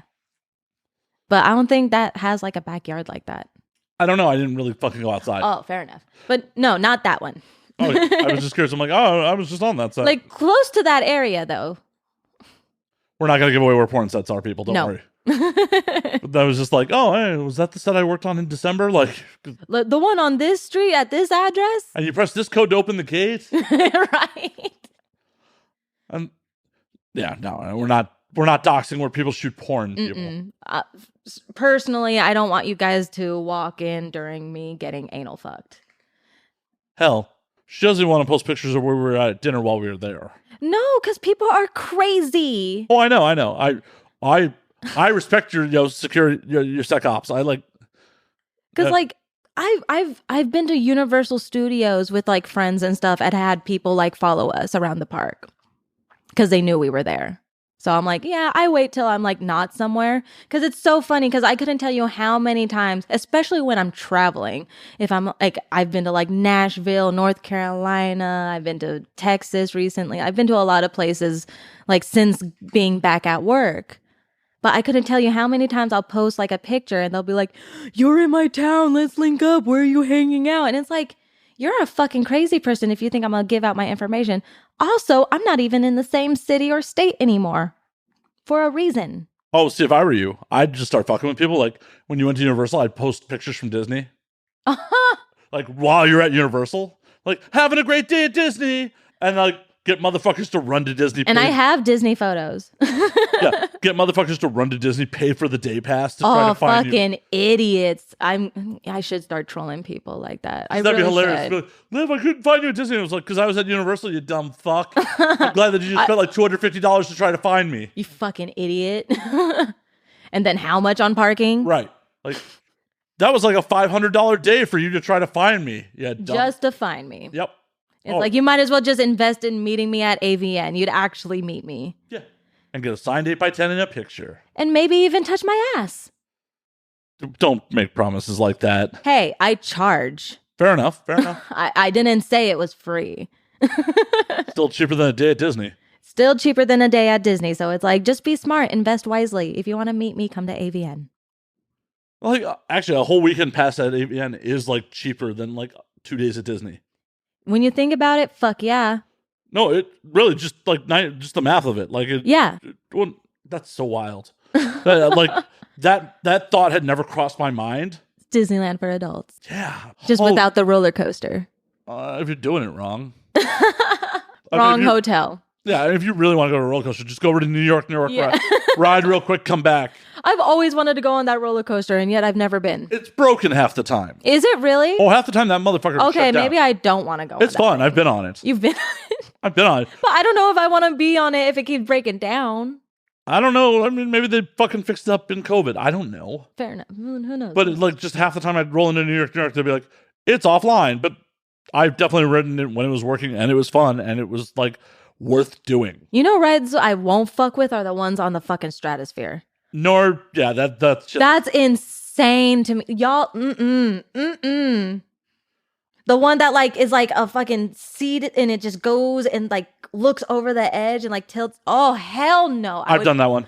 No, I can't. I don't even like going up there half the time. Like I'll go up there for the Sky Bar because I think the Sky Bar is like super dope and like the restaurant's kind of cool. Oh, you couldn't pay me to go on any of those rides. You could not pay me. Nope. Even just thinking about it. Nope. I definitely did that one in like 2004. But I didn't have the one where like you bungeed off the side at that point. That's the one that's like, whoa, no.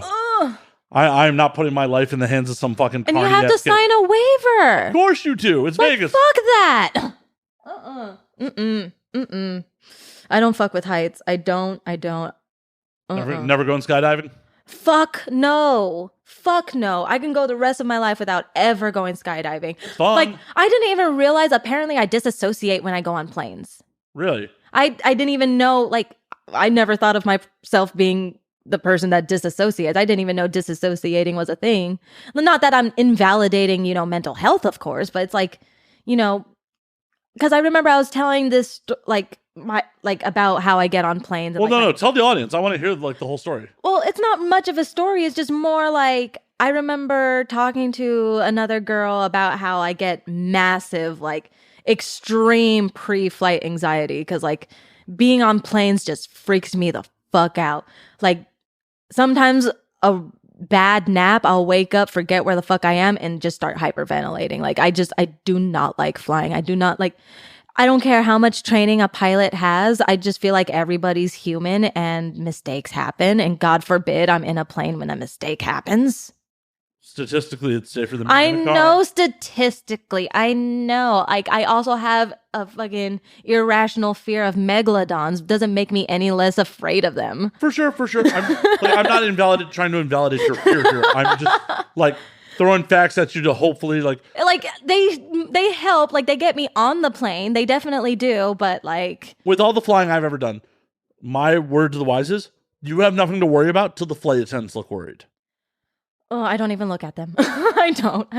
They are the best gauge of shit. They really are. They really are. You got to remember, they're on planes all the time, all day, every day. Right. If they look worried, that's when you're like, shit's going wrong here.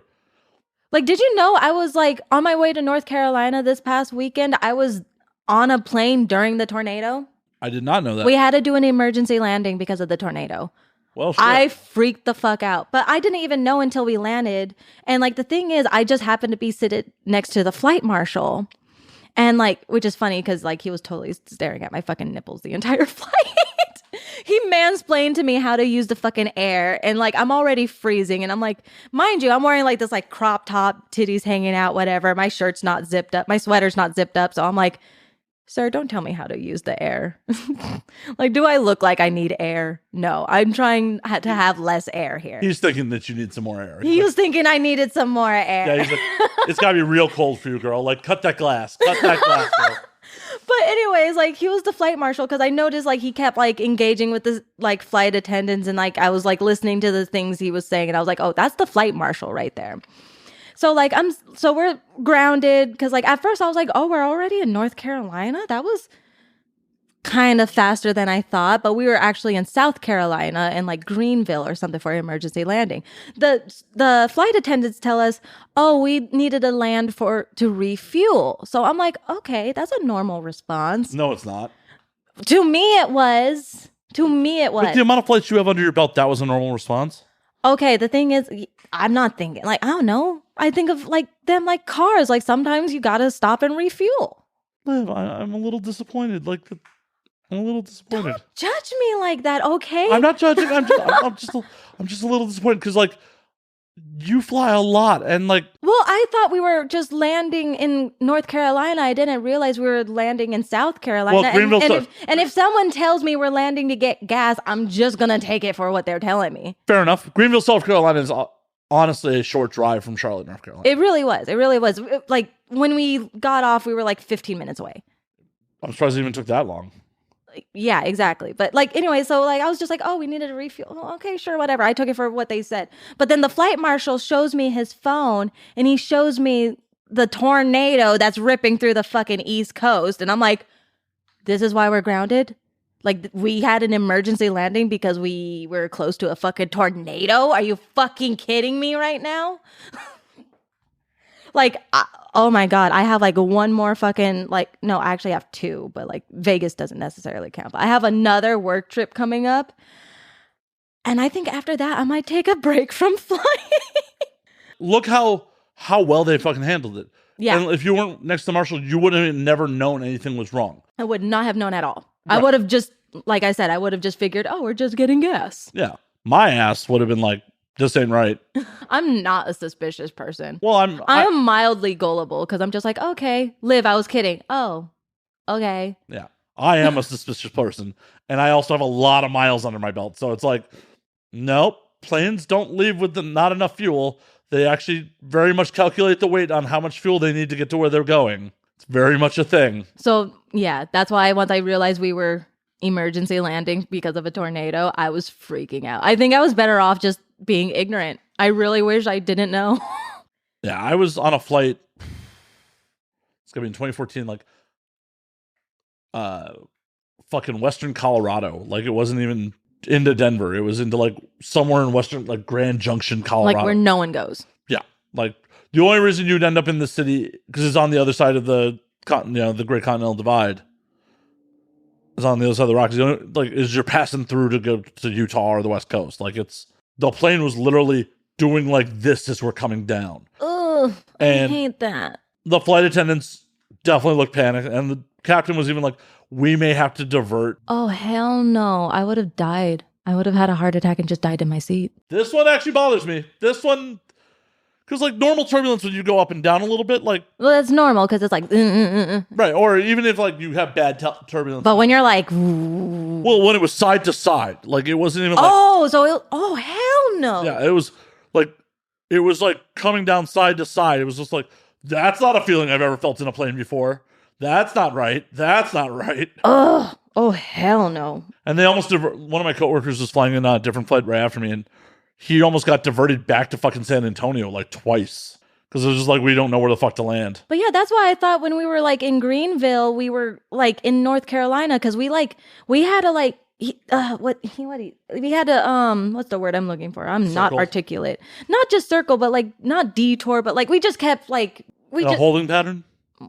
Whatever it was. We just kept driving in circles before we landed in fucking South Carolina. That's why I just figured like, did we like go off course? Are we trying to like do our course so we can land properly in North Carolina? Like, that's why I figured like, oh, I guess we're already landing. Short flight. Cool. Well, shorter flight, not that much shorter, but early flight, And yeah. It's like, no, emergency landing because of a fucking tornado. You were none the wiser. So like, if something like that equivalent had happened in a car, you'd definitely be aware of it. Oh my God. Like, if there was a major tire blowout or some shit on a car, you're painfully aware of it. Yeah. The part of the reason that like flying is so fucking safe is they have established checklists, and it's just not like one guy going down the checklist. No, it's a team of people. Right. And they don't have to remember this is what I have to do. They go, okay, step one, if this is your first day flying or your 1,000th day flying, you still go down a physical checklist and check things off. So your fallible human brain doesn't forget about it. Mm-hmm. I have done hundreds of these shows, and occasionally I still forget shit. Yeah, because we're human. Right. But that's why fucking flying scares me. Because I think people are human and accidents happen. But that's why they've set up redundancies where it's like, no, we have a physical checklist so you don't fuck this up. Right. And which I understand. It still scares the fuck out of me. you have two people with a lot of experience. You have very sensitive equipment that like, oh, we can't take off because that door can't. Like, I've had flights delayed where like they couldn't secure a bathroom door so the plane wouldn't leave the ground. And that's actually pretty safe. Yeah. That's thorough. Right. That's how thorough this shit is. Versus like, you know, my car had a low tire pressure light going when we were driving back from dinner. Mm-hmm. I'm like, it's fine. It's good. Like, we'll be fine. We'll be fine. We'll be fine. Like, you know, under a quarter tank of gas, we'll be fine. We'll make it. We'll make it. Yeah. I mean, how many people haven't seen their gas on empty and been like, you know what? I can make it another couple miles. Right. Pilots ain't fucking around like that. Like my family, like my mother will be like, oh, we're on empty. I'll just coast. Right. Pilots ain't fucking around like that at all. Well, plus it's like if something happens, don't they have to like go to court and everything? Yeah, there's a whole to do. Like, if shit goes sideways, there is a whole fucking to do. Uh-huh. Who wants to be responsible for killing a couple hundred people? Ugh, not me, that's for sure. Right. I don't think most people who were like airline pilots got into this to be like, you know what I'm going to do today? I'm going to kill 300 people. Oh, God. Oh, no. Oh. Mm-mm. Hate flying. I still hate it. I still hate it so much. So I miss it. I miss flying as much as I used to. I miss getting trashed in sky lounges. I miss being in first class. I didn't even tell you this. And this weekend was also the first time I ever been pulled aside and checked for a bomb. Bomb ass pussy. Sorry, I couldn't stop it. I heard the thought coming in my brain and just rolling out of my mouth. I'm like, this is gonna be horrible. This is gonna be. But no, like this. Oh my God, this whole weekend was almost a shit show for me because like I was supposed to fly from Burbank, but I ended up having to fly out of LAX because TSA made me miss my flight. Because like I go through the scanner, whatever, all good, but like.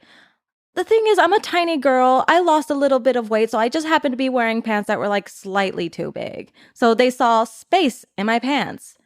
And I'm like, okay, you can check me, whatever, pat me down, whatever. They get the swab.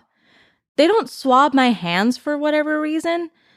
I don't know what they swabbed. I don't know if she swabbed her own hands or something, but like apparently it made the machine go off.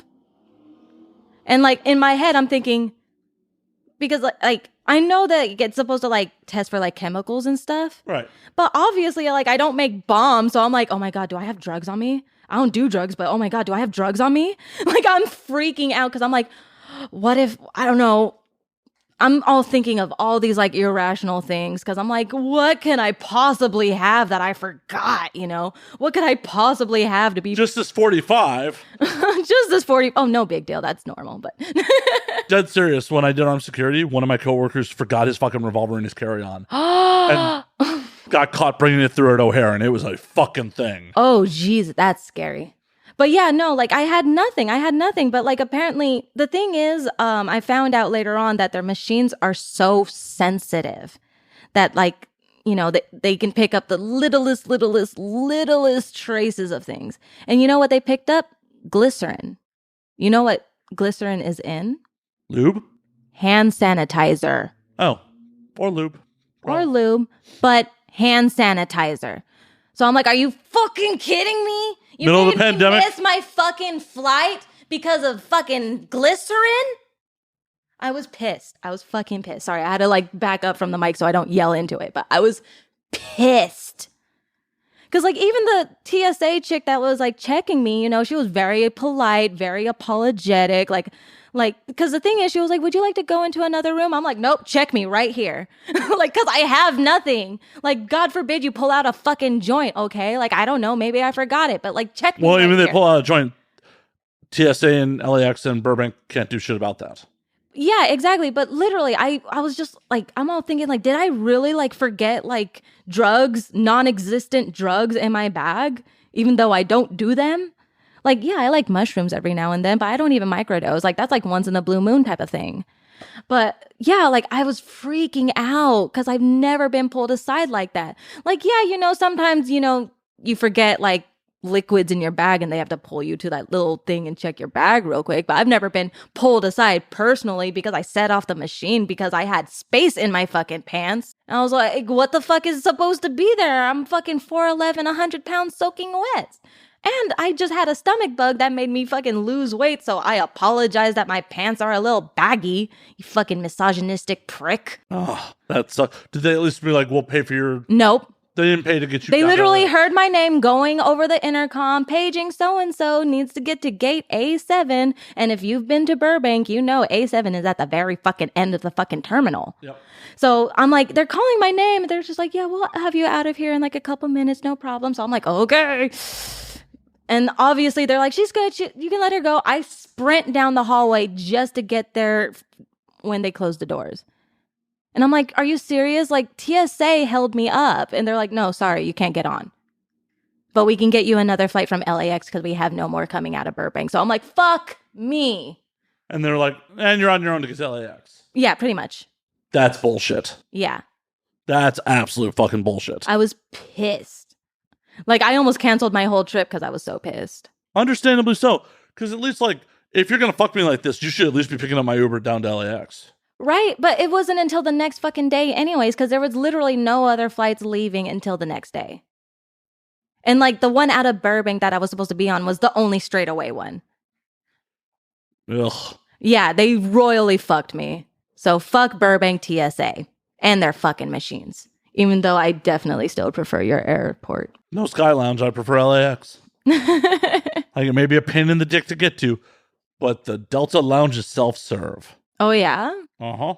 $50 day pass, as much whiskey as I can drink before they get me out of there. Oof. Okay, I'm gonna have to look into that. Oh, yeah. But in all fairness, it's like the flight was paid for me. So like, and that happens in porn, a lot of like producers and stuff will just pay for your flight. So it's like, you get what's given, basically. Beggars can't be choosers. But it was such a shit show. Such a shit show. Like, I've had less problems going through TSA, like internationally. Ugh, Even though my story through Heathrow is probably like the scariest one I've had. Oh, I want to hear this. Because I decided to be ballsy and travel with my vape pen, my weed pen. Super ballsy, especially internationally. Yeah, it's really a crime elsewhere. Yeah, so oh my God, I was definitely Okay. So I'm coming back through Heathrow. So somehow I managed to like go through all of Europe, not being caught with my fucking vape pen. But I'm going through Heathrow, and if anyone's ever been through Heathrow, you know that they're very, very, very anal about liquids. Like even your makeup, like they'll have to like, individually bag it. And like I had like my makeup bag with me, so they like had to like individually bag like little liquids, like the eyeliners, the mascara, etc. That's where I was hiding my weed cartridges. Because I was like, no one's going to look in my makeup bag. They're just going to look at makeup and be like, fuck no. But it's Heathrow, so they were like individually bagging my shit. The guy finds my cartridge, and mind you, it's still in the box. So it says it's weed. Yeah, it says cannabis on it. So I'm looking at him and I'm sweating bullets. He looks at it, puts it back as if he's never seen it. But then, because I have these little like luggage organizers, he finds my bag of panties. And he looks at him, looks at me, looks at them, looks at me. I'm just staring at him and I'm like kind of slowly starting to shake my head. And he's like, I'm sorry, ma'am, but I'm going to have to check your bag. And at this point, I'm just like, you know what? If you have to reach your hand into my fucking panties for me to get through this goddamn airport, so fucking be it, because I could possibly be in prison right now. Have fun, sir. Take one as a souvenir. It's cool. Right, whatever you need, sir. As long as you don't know what cannabis means, that's all that matters. Oh, I'm pretty sure he knew what cannabis No, I know. was. I mean, like, as long as he doesn't know what cannabis means. Like, it could have just been tobacco or nicotine or whatever. But no, it straight up said cannabis on it. And he saw it. He looked at it, right at it, and put it back. And, like, the thing is, knock on wood, I have such stupid luck with cops. Stupid luck. Like, I'm pretty sure I should have also have a DUI at this point. Not from drinking, from smoking. But that's because when I was a Starbucks barista, I used to have this like little mini bong that I would take to work with me. And the thing is, like, all my coworkers, my boss knew I smoked, because the thing is, when I was like stoned on the job, I was a goddamn robot. I was the best fucking barista. You were the best burrito ever. Best burrito ever. But no, I was like the best barista ever when I was like stoned off my ass. So I, clock out, shifts over, get in my car. I fucking rip one real quick, and then I head home. And on my way home, there's this one stretch of road, it's 35 miles an hour. But, I usually did like 50 to 60 because it's like a long stretch of road, no side streets, no nothing. And 9 out of 10 times, there's no one there. That day, there just happened to be a cop with a speedometer hanging out. Whoops. And mind you, I was also driving like this little rinky-dink fucking 91 Chevy Prism. So it was like a bucket. So I'm like, fuck, So I pull over. Again, I'm high as a kite, but I'm still in uniform. I have my sunglasses on. Like, I'm just, I'm like mildly freaking out. And, I hate to also admit this, but, being in the civilian world and on the struggle bus, I also didn't have a registered vehicle. Oops. Oh my God. It was all bad. So the cop comes to my window, super aggressive, like, give me your license, and like, I'm like, So I'm like shaking in my seat. I get my license. I'm surprised he didn't ask for my insurance, but like, I give him my license. He goes back, and he's back there for a good minute. And the thing is, I had just smoked in my car. There's no way he does not smell the weed. So I'm sitting there. I'm like, he knows I'm high as shit. How many years ago was this? This was like, I was like 24 or 25 around there. So it was like 4 or 5 years ago. Well, that is before we actually had laws on the books about smoking in your car. Yeah. So it's like, I could have gotten a DUI. They didn't specifically make smoking in your car illegal? You still would have gotten a DUI though. Yes, you could have gotten a DUI if they could have proved you were intoxicated, but it wasn't specifically illegal to smoke in your car. Oh, right. But it's like, the thing is, it's like, I don't know. I just felt like he would have known. Like, my car like, the thing is, like, if you smoke weed, you can smell when someone recently smoked. You can smell. Well, I agree. I agree, but I'm just saying what he could prove in court. Which is fair, but okay, but this is what happened. He's back there for a minute, and he comes back to the car and completely 180s. He's like, here's your license. I'm going to take it easy. I'm going to shave some miles off your ticket. The thing is, you were doing 60 and a 35. That's really bad, but I'm going to make it like 40, 45. So to save your wallet, I have a son your age, and I can see you're just trying to get home, but please, just take it easy next time. So I'm just like, okay, shaking in my seat, like, okay. I get home, and I'm just like, how the fuck did I get out of that? And I nearly shit myself when I look in my passenger seat, because my bong is right there in my passenger seat. Yeah, that's a probable cause. So tell me I do not have good luck with cops. I wonder if he recognized you as like, maybe this is how the Oh, no, start. there was no way. There was no way. There's no way. Like, I was in Starbucks uniform with like the black hat, hair tied, my big ass fucking sunglasses, black polo pants. Like, you could not You could have been recognize. a super fan. You never know. No, there's no way.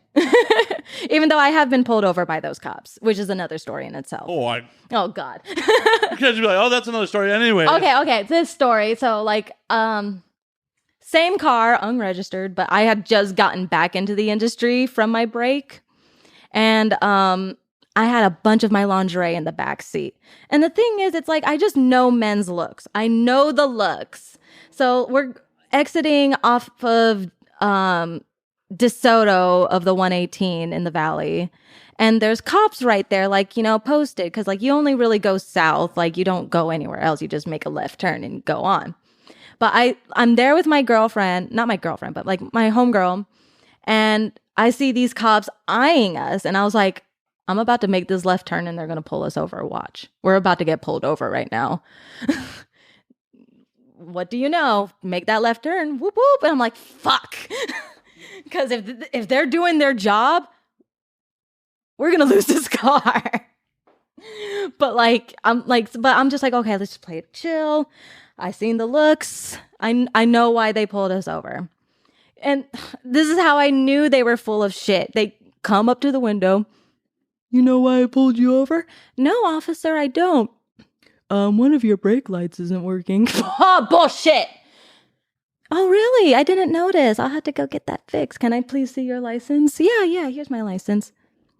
Can I also see her license? Why do you need her license? It's standard procedure.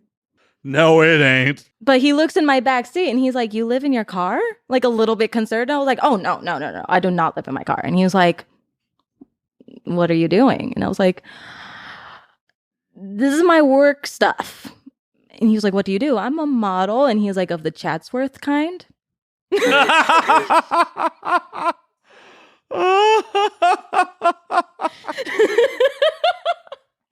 And I'm like, yes, that's exactly what I am.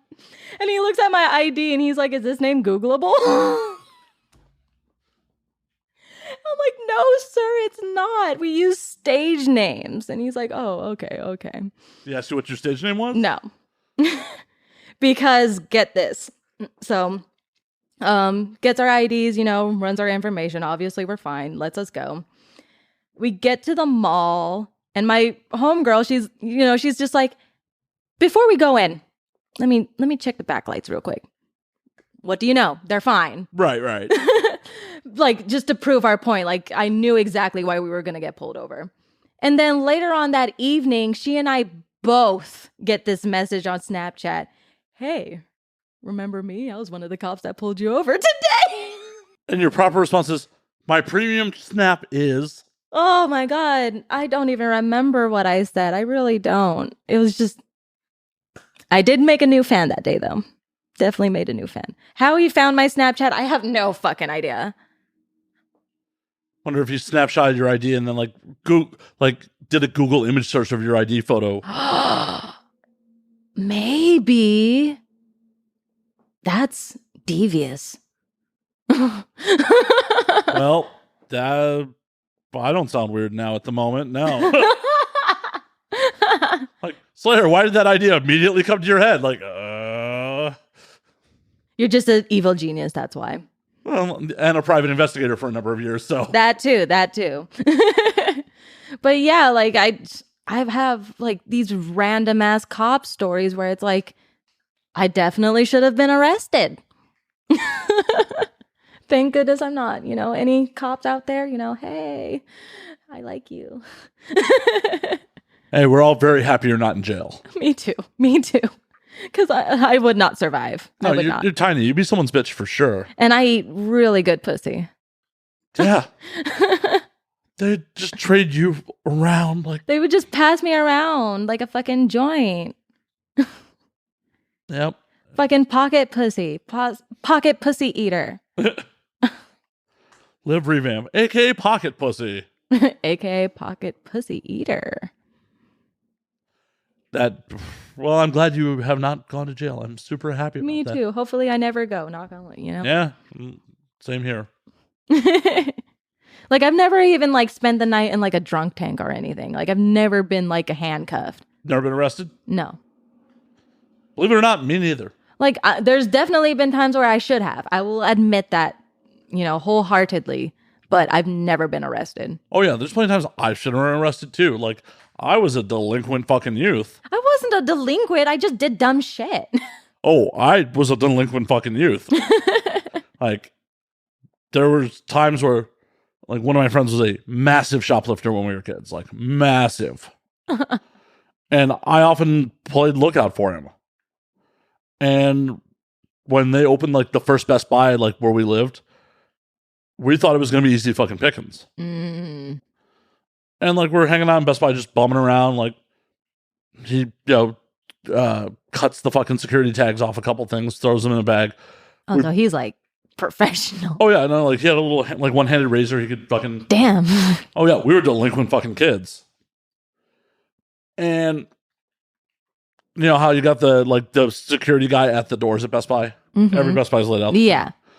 we purchased something so it doesn't like we're just loitering and then leaving. Right. You purchase something so it doesn't look suspicious. Right. But I'm like, yo, man, you need a double bag and put that shit back. Like, I'm getting a bad vibe here. Getting a bad vibe. He's just like, no, man, we're good. I'm like, all right, man. So I clear the throat because you legally are not shoplifting until you attempt to leave with it. Right.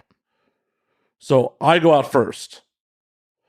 As he goes to past the threshold, the security guy's like, hey, let me see the bag.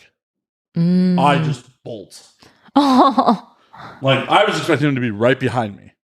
And he didn't run. He just handed them the bag. I like look over my shoulder and I'm like, one of the Best Buy employees tried to like give chase behind me for like a minute, but like you were gone. You were gone. Yeah, this is when I was like, I'd have been like 15 at this point. Oh yeah, so you're just legs.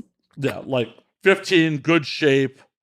You know, at that point, my dad barely had a car, so like I walked, ran, or biked everywhere.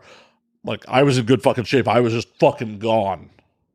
And one of my guys like lived in that part of the neighborhood, so like I ran the like 3 blocks to his house. Like, hey, is James here? Hey man, I was just in the neighborhood. What's going on? And I just went and hung out with my other friend. Didn't tell him shit what was going on. You didn't even tell your own friend. No. Don't admit to crimes. And my guy, after he got arrested, like thankfully did not like mention my name. Right. But his parents showed up at my house with him like, oh no. Fucking later. And it was just like, what the fuck? Oh. See, I used to steal snacks from the grocery store, but that's different. Right, well, that friend in particular potentially got us in trouble a couple times. Oh. Like. So then that's when you're like, okay, we need to cut this shit out. I'm actually still friends with that dude. Like, well, yeah, you can still be friends with them, but you can still be like, okay, we need to stop. Right. I mean, that dude these days is the father of 4.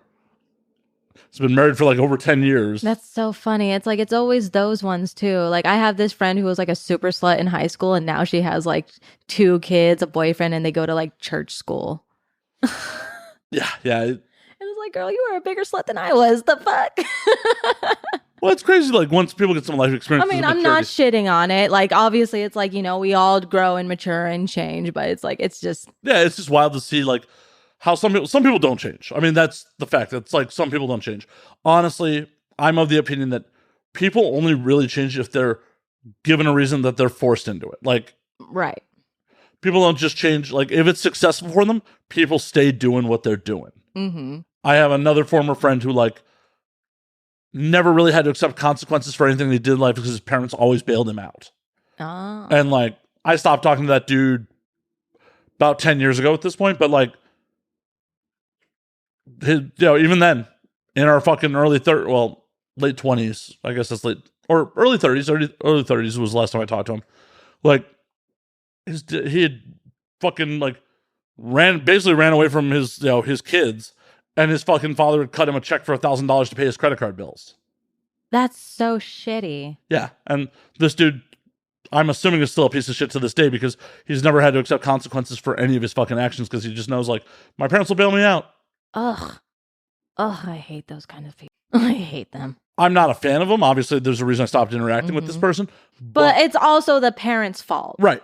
Because it's like they're obviously, like... They're enabling it. Yeah, they're enabling it. They're not, trying to change him or stop him. They're just like, oh, well, now I gotta clean up his mess. Well, and the worst part was, like, his father was not unaware of this. Like, his father was a high-functioning alcoholic.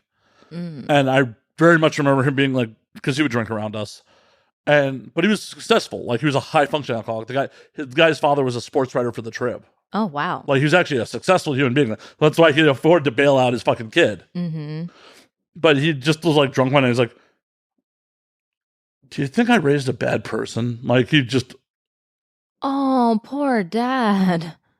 Well, because his whole thing was like, oh, I'm going to be absentee because he's off covering shit for the paper.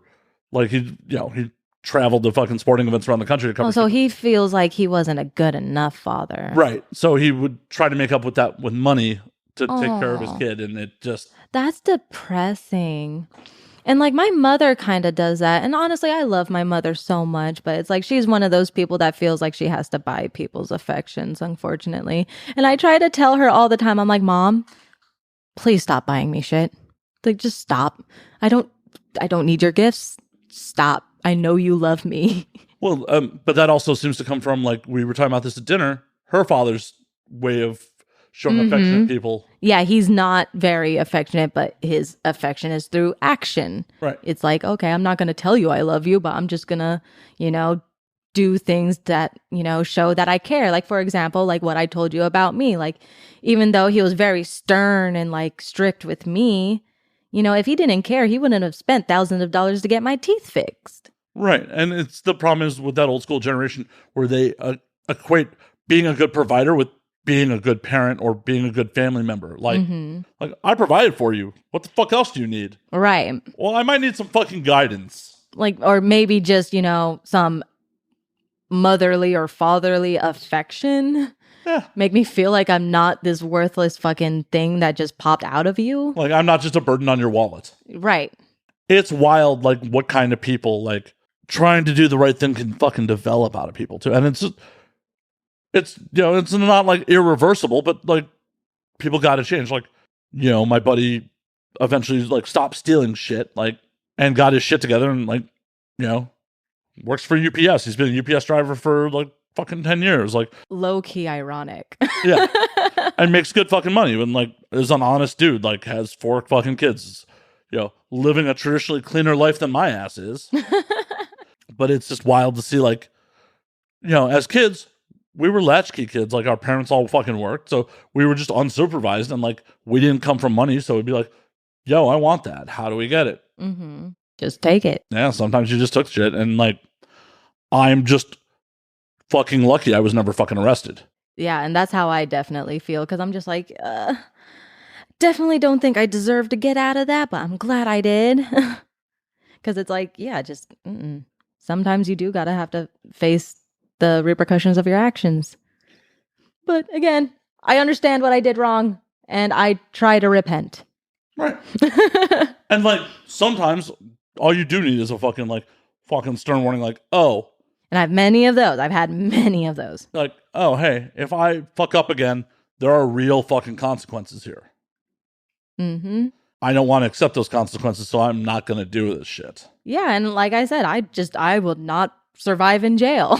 I would not. So I try to be a good person as much as I can. I'm not built for jail either. Like, not my idea of a good time. Like, I'm not connected. I'm not, like, I think being Jewish is probably the most unpopular thing to be in jail.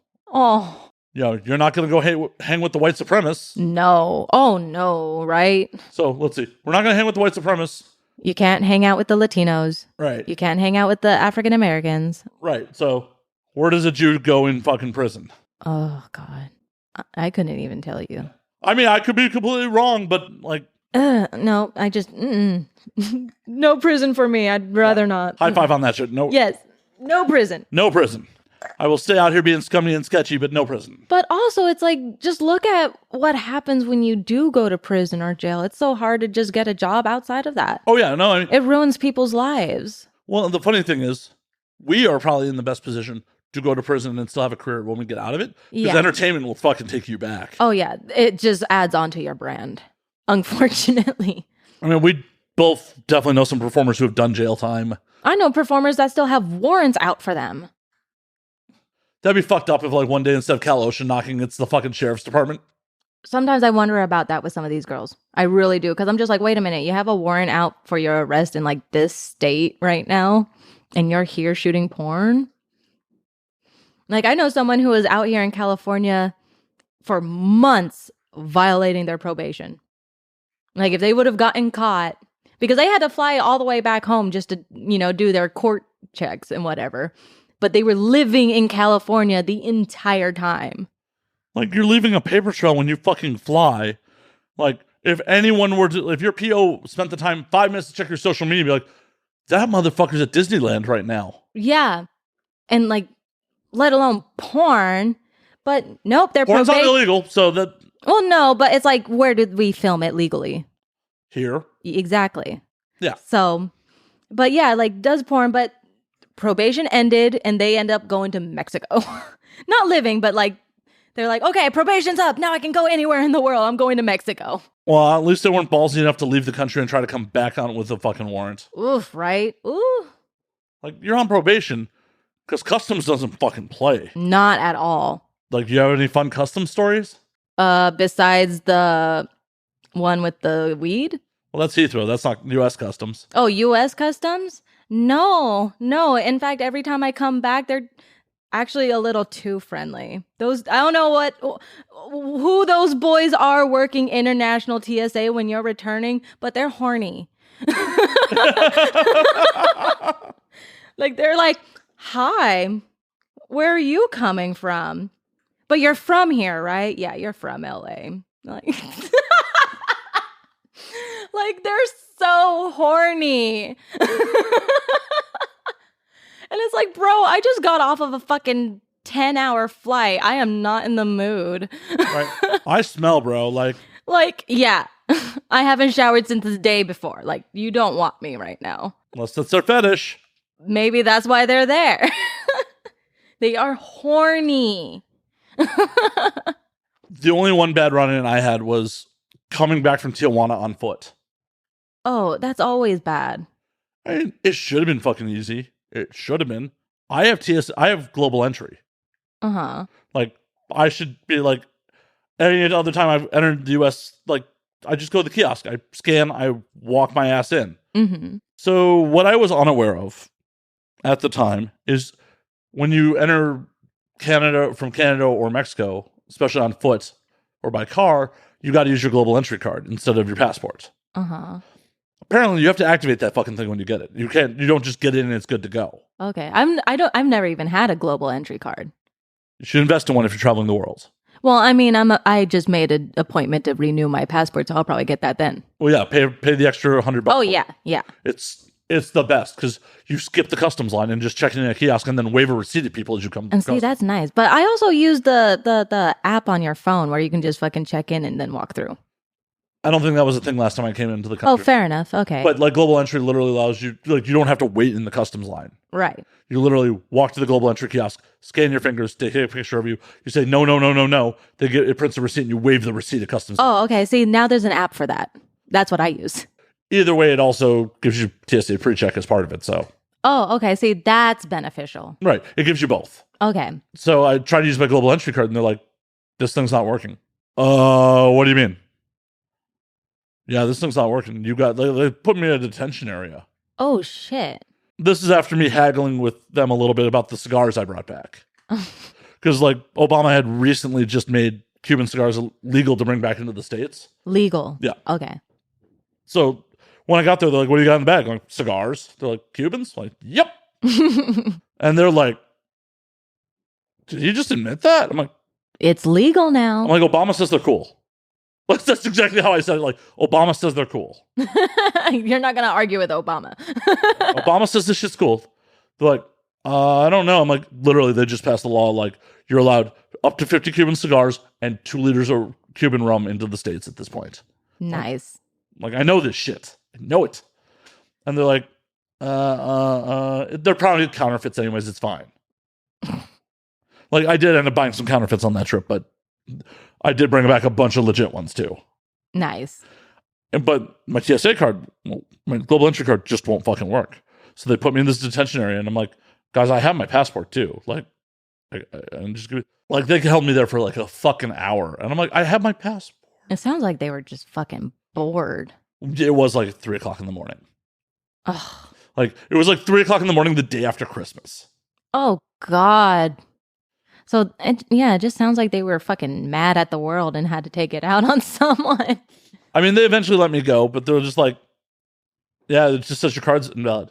Found out when I renewed, they're like, when I got the first one, it's not like a credit card that has a giant sticker on it that says you have to activate me. Right. Like, I got the card and like, okay, this is it? It's a photo ID. Like, yeah. I was like, I'll pull it out. I'm like, I'm not going to pull it out on camera. It has my legal name on it. What am I doing? Mm-hmm. But I'll show it to you when we get off air. It's like, it has my photo on it and my legal name. Mm-hmm. Like, why would I have to activate this stupid fucking thing? Yeah, it should be like your passport where it's like, okay, it should just already be valid. Right. I actually read the fine print on it when the second one came. Like, oh, I got to actually log into this website and activate this stupid thing. Good to know. good to fucking know. Like, I had the other one in my wallet for 5 years and never activated it. Wow. Well, because you just wouldn't assume. Right. Well, and that's the thing is you only use it when you enter, like, on land in Canada or Mexico. And, like, I've only gone down to TJ the one time. Right. Every other time I fly in, I go to the kiosk, scan, on my way. Right. No big deal. And that's the other thing. Like, they interview you, they fingerprint you, like, they put you in the system. Why the fuck would I think I have to activate a photo ID? That's so silly. Just so unnecessary. Our government just loves to fuck us. Yeah, I'm just happy I got my cigars in. Like, it was a little unfortunate, but like, got my cigars in and got back into the States and got to drive home. See, I've never been south of the border. I mean, I've only been to TJ. Like, for Mexico, I've been to like other Latin American countries. I haven't. Why not? I just haven't. Why not? But also, it's like I've heard way too many bad stories About where? about Mexico. TJ is an interesting place. Well, it's like, okay, so like, you hear stories of like murder, corruption, kidnapping, especially Latin American women. And so obviously being Latina portraying, I look like a target. Well, don't go alone. Well, obviously, but that doesn't make it any safer because they'll still fuck with you. Even the cops will still fuck with you. But anyways, again, I'm not trying to like stereotype it into this like fucking gritty like. Liv, the rest of the world says that shit about America. I know. But the thing is, what sealed it was the fact that, I'm in Budapest and I meet this Mexican girl who is like living in Budapest now. She literally left Mexico because her best friend turned some guy down. Not even being rude, just like, like, no, thank you.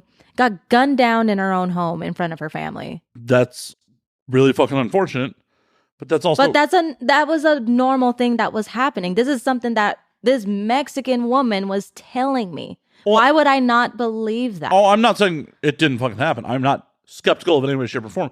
But that's what I'm saying. It's just an especially dangerous place for Latin women right now. So why would I go?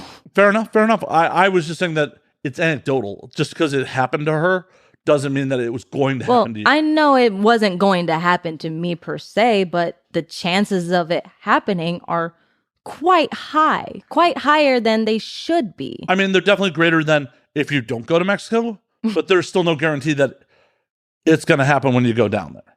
Yeah, but it's like if every interaction from anyone that has ever been to Mexico has, I swear, 9 out of 10 people that go to Mexico have a fucking bad Mexico story. Hey, I got the one day down there in TJ. I have some weird Mexico stories. I don't have necessarily bad ones. No, I've heard bad stories. So I'm just like, yeah, I have no intention of going south of the border anytime soon. I don't care how pretty a picture you try to paint it. I don't care if people from Mexico who go to Mexico are telling me I shouldn't go because it's too dangerous. I'm going to listen to them. Fair enough. Unless I'm going to like Cancun or Tulum or one of those touristy places. Right, and fuck that. But like, that's fucking lame. Go to Cuba if you can. I want to one day. I would love to go to the islands. Havana was amazing. Especially because for people like us, no fucking internet. You are disconnected. Oh, that's awesome. I love that. 10 days off the fucking grid. My hey phone. Guys, sorry, you can't talk to me for a week. Yeah, you cannot the internet there. You have to buy prepaid cards from the government and use government hotspots. It's just not worth trying to track down the cards. Right. So my phone was a camera for 10 days, and that's all it needs to be. Yep. That's awesome. I need that in my life. That's the kind of vacation I fucking need. And beautiful beaches. Like they brought lobster to the fucking beach for us for and I bet it was so cheap. Like $15 US to bring it to us on the beach. That's awesome. For like $6 US, they would cut a coconut in half and just pour rum into it. Oh, you're making me hungry again. I'm going to have to put Havana on my to-go list. I mean, I don't know what Biden's administration is going to do about getting down there. Oh, yeah. Trump reclosed it up. Mm-hmm. I was lucky when I went. I went in February of 2017, and I was on one of the first domestic flights directly to Havana. Nice. Oh, so it was fucking Trump ruining everything. I know, it sucked because we booked the trip while Obama was still president, mm-hmm. and then when Trump won, it was like, oh fuck, and thankfully they didn't close it down till later on. Mm-hmm. But still, And still legally, you can't go there for tourism. Mm-hmm. You have to declare to the State Department on an affidavit why you're there. Support of the Cuban people is one of the reasons to go. Oh, that's nice. Which, I'm supporting them with my monies. Mm-hmm. I went there as a journalist. I podcasted while I was down there. Nice. I brought all my gear. But yeah, you're not allowed to go for tourism, but it's amazing. It's amazing. Yeah, I would definitely have to come up with some bullshit excuse to go then. Yeah, I mean, no one verifies it. You just sign a piece of paper for the State Department and go about your day. Nice. Okay. Oh, Havana, Cuba. I want to go to Cuba, Puerto Rico, Belize. I want to go to all those places. Hell yeah. Like, my dream would be to just island hop. Well, for me, Cuba was the real, the one I really wanted to see because there's no Americana there. There's no Starbucks. There's no McDonald's. There's no Americana. Everything is small restaurants. There's no fucking chains there. Mm-hmm. And no internet. And it was beautiful. It was amazing. So I had to run to the bathroom real quick. And Welcome back. We're back. What just almost got brought off air was the fact that law enforcement's been using copyright in music to trigger the copyright algorithms. I can talk. Apparently that shit was so massive I lost my brain in there. Triggering the copyright algorithms on Facebook Live and Instagram Live when people are having confrontations with the police. They'll play copyrighted music very loud, and that will get the stream muted. Wow, are you serious? Yep, the Beverly Hills PD is the one who's started doing it. That is shitty. Wow, wow. Anyone who's having an interaction with the cops that they wish to record it on your phone as a video and then upload later instead of live streaming it to Facebook or Instagram. Right. Wow. Shady. It's this technology, gave us more exposure, and now the technology is being used against us. Yeah. Oh my God. That's terrible. I didn't want to end this on a down note. We're talking about island hopping and Right. No. Let's pick it up. Okay. Wow, shit. But I figured, I should give that public a service announcement. We were talking about this because I'm jamming off camera to a fucking song. So it's I'm sitting here looking like a fucking idiot. But it's it's a remix that someone did on TikTok of Lil Nas's Montero song. And it was so good. It was so good. It's crazy how talented people are these days. Oh, I know. And because the technology has made it it's so fucking affordable to be able to do stuff. Yeah. And it's crazy on some things if you want to do them on on a limited level, face swapping. If you want to face swap into a famous scene, it's super easy to do with an app. It's not super easy to do with professional editing software. No, not at all. I'm working on it for something, so I know firsthand it's not super easy to do. It's not the most difficult thing in the world, but it is not super easy. No, it's not. That's why I suck at editing.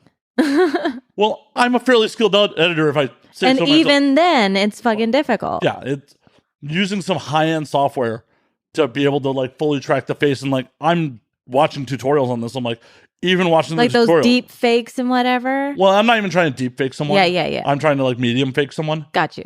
What I want to do is I want to have my friend do an impression of a celebrity and then put their face on his face so the lips sync up properly, and then put his head back on their body.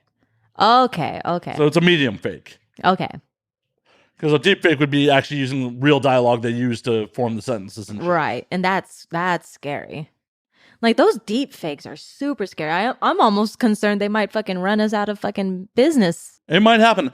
Just be real fucking happy that Adobe decided to drop something they announced in 2016, which basically was the Photoshop of voice. What? Yeah, they showed it in an Adobe conference. There's videos of this shit when it was in beta, when they were using it in-house, where basically if it has enough samples of your voice, you could just type out sentences and it would be in your voice. That is creepy. That's bad. They decided never to bring it to market. I mean, that's smart. They had the beta out in 2016. That's scary. And there's no reason that if they were going to bring it to market, they wouldn't have brought it to market. Because then you can easily put words in people's mouths. No, yeah. 100%. And the thing about it is I would use it to make funny videos, but a lot of people would use it for very horrible things. Horrible. Well, this person said this, listen. And it's like, no, you fake that. But that's scary. But what kind of computers would you need to verify that they didn't actually say it? Because the computer is simulating their voice off actual samples of their voice. Yeah. Oh my God.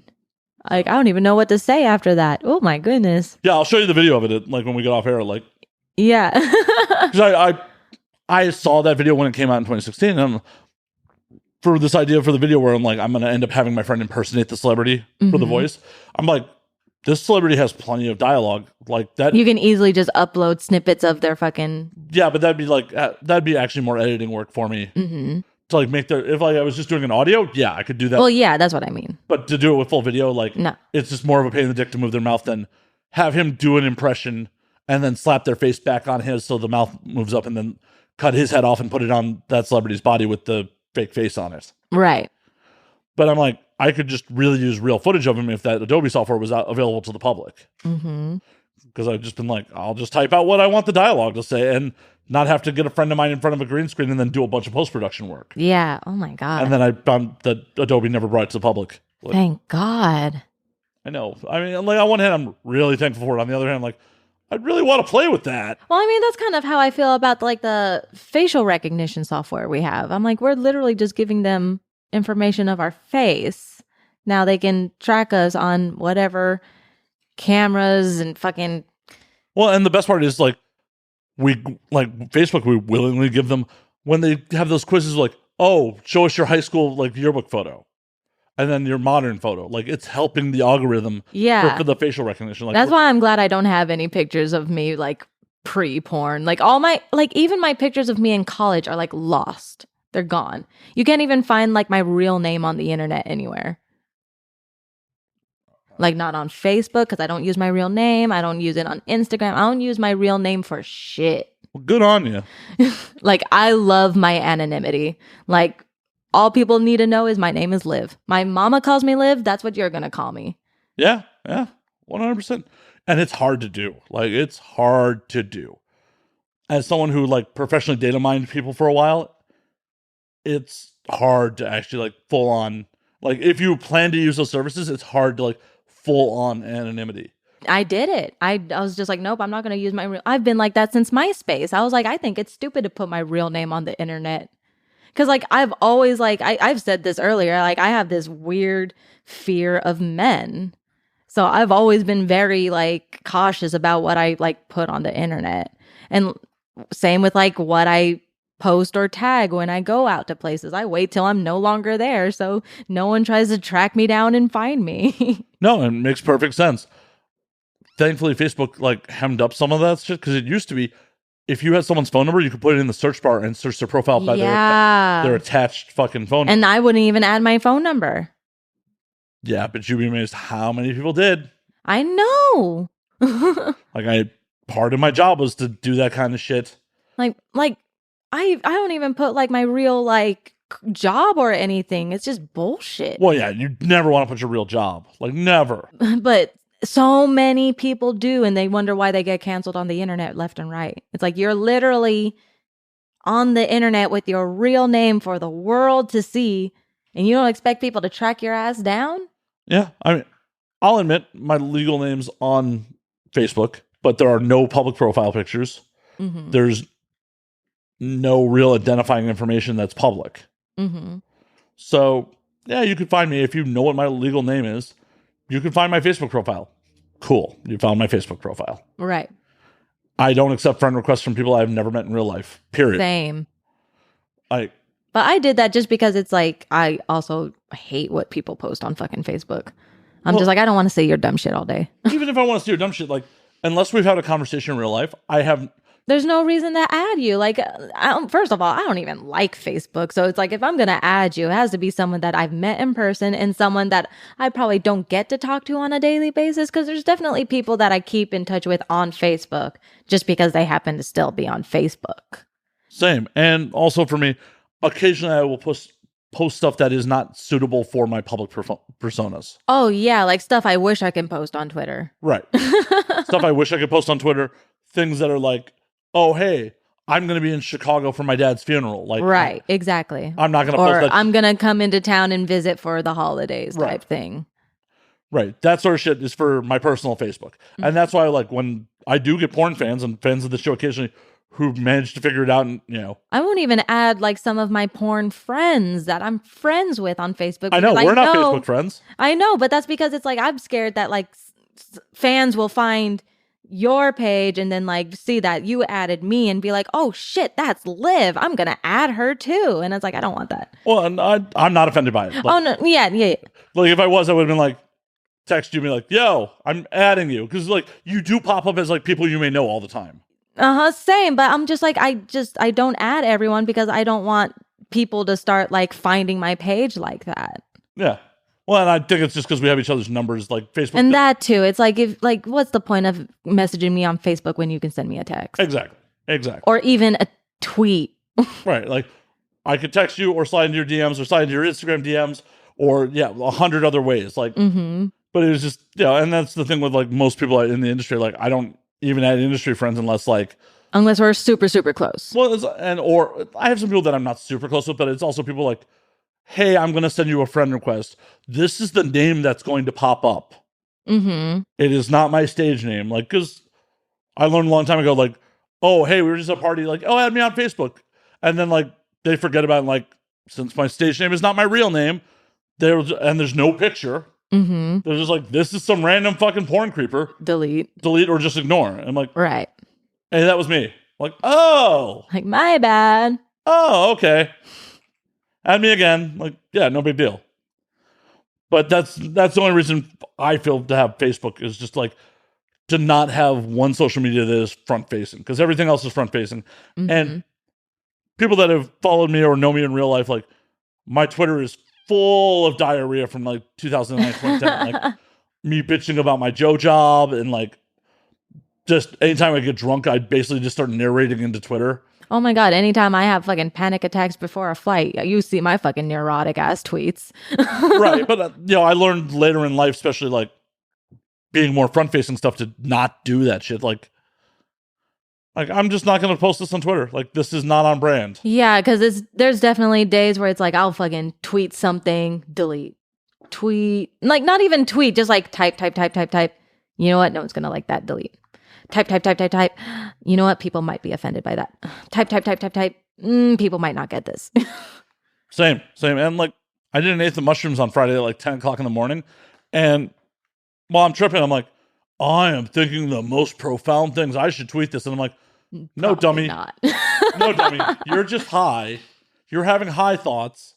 These are profound to you. When you read these later today, when you're going to think, what the fuck? Right. And it's just like, some things, like, if I had thought of something like legitimately funny, I probably would have posted it, but like legit, it has to be exceptionally, like, it has to have you like belly aching, crying on the floor to be like, okay, that might have actually been funny. I mean, do you read my Twitter feed? It's not that funny. Like, I'm never posting anything that funny. I don't know. You never make yourself laugh? Incapable of it. Really? Definitely. Definitely. I'm serious all the time. I'm slightly narcissistic. I laugh at my own tweets sometimes. Oh, no. I mean, I definitely see some tweets. Like, in reality, I see some, like, I'll post stuff like, that tickles me. But, like, it's not like, oh, my God, that's Fallout. Like, ha, ha, ha, ha, ha, ha. Like, you follow me on Twitter. You see the shit I post. Just random shit. Yeah. It's random shit. It's random shenanigans. Like, yeah. My humor is very reactionary. So it's like, oh, that happened. Yeah, I'm going to write something in reaction to it. Well, I mean, that's kind of how mine is too, though. Like, mine is just a whole bunch of fucking diarrhea. Well, we're not critiquing your Twitter right. Your Twitter is fine, young lady. Well, yeah, because, my butthole's there. Exactly. Like, people are like, oh, butthole. Oh, pertinent thoughts? Butthole. Okay.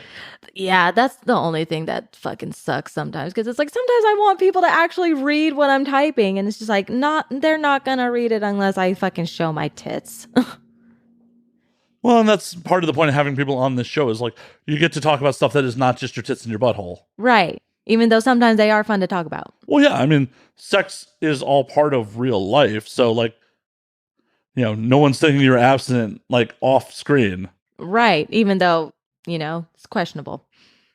Like in my personal life, come on, 2 weeks to finally fuck in my personal life. That's sad. That is sad. That is horribly sad. Yeah, like literally, because it's like, there's nothing worse than having to keep telling your dude, like, can't hang out, too busy, gotta work, gotta fuck tomorrow, gotta fucking wake up early and fuck someone else tomorrow.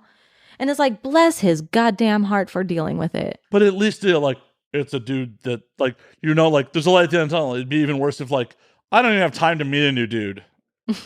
Well, it was accidental how I met. Well, not even accidental. He slid into the DMs on Instagram. Yeah, that's not an accident. That's very much an on purpose. Well, yeah, I just mean me getting attached to someone was accidental because I had no intention of meeting anybody. True. Yeah, it's the pandemic. You got to be careful about that shit. Oh, yeah. I've slipped up in the name of pussy a little bit here and there, but for the most part, I've been good. Well, that's part of life. Gotta live. Yeah, occasionally being cooped up in here long enough, my dick's like, dude, did you forget about me? Dude. Okay, I know you didn't forget about me. You rubbed one out yesterday, but bro. Put me in, coach. Put me in. I've taken a bunch of pitch hits. The batting cage is great. Put me in, coach. I'm ready. I'm ready. And my vagina's just more can we not? Can we not? Can we go on a vacation? Can you stop? Stop. I need a break. Stop. Even my butthole at this point is just girl, you need to stop. I've had enough. This ain't Europe. This is not legal porn. Oh, God damn it. Right? Come on. Now you're just doing this for funsies? That's not cool. Holy shit. Yeah, that's one thing. This guy loves butt stuff. However, I love that he loves butt stuff because now he keeps me ready for anal all the time. What, does he just feed you gummy bears and salad all the time? No, I clean out first. Teasing. But he definitely knows what he's doing back there. I appreciate that. Because there's nothing worse than a guy who wants anal but doesn't do anal. And it's that's a sensitive area. If you don't know what you're doing back there, you do not belong back there. You need to practice on girls that are anal whores that just put anything in there, okay? But no, this is a picky butthole. Special dick goes in there. Paying dick goes in there. Strange dick stays far, far, far, far away. No strange dick in my butthole, please. Fair enough. It must be well-known and well-established butthole. Yes.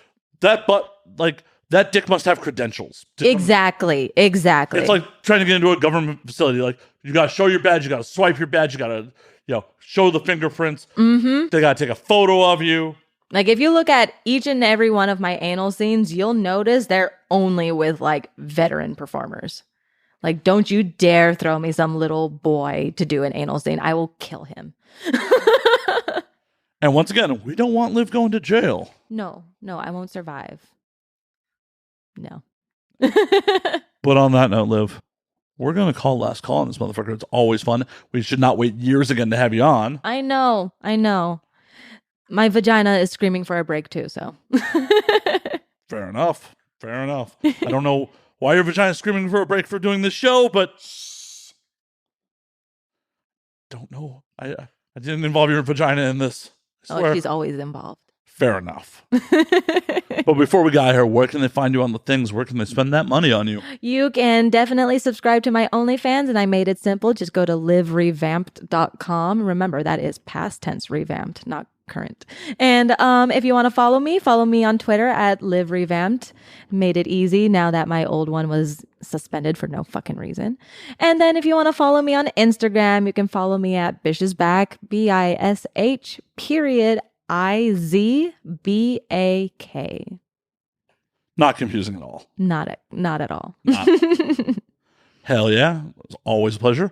You can take me to Fleming's whatever you like. Oh, will do. And as always, you can find me at Matt_Slayer on Twitter, Matt Slayer on Instagram, Matt F. and Slayer on Facebook, twitch.tv/Matt F. and Slayer. You can find the podcast at And Now We Drink on Twitter, and Now We Drink _ on Instagram. And until next week, drink up, motherfuckers.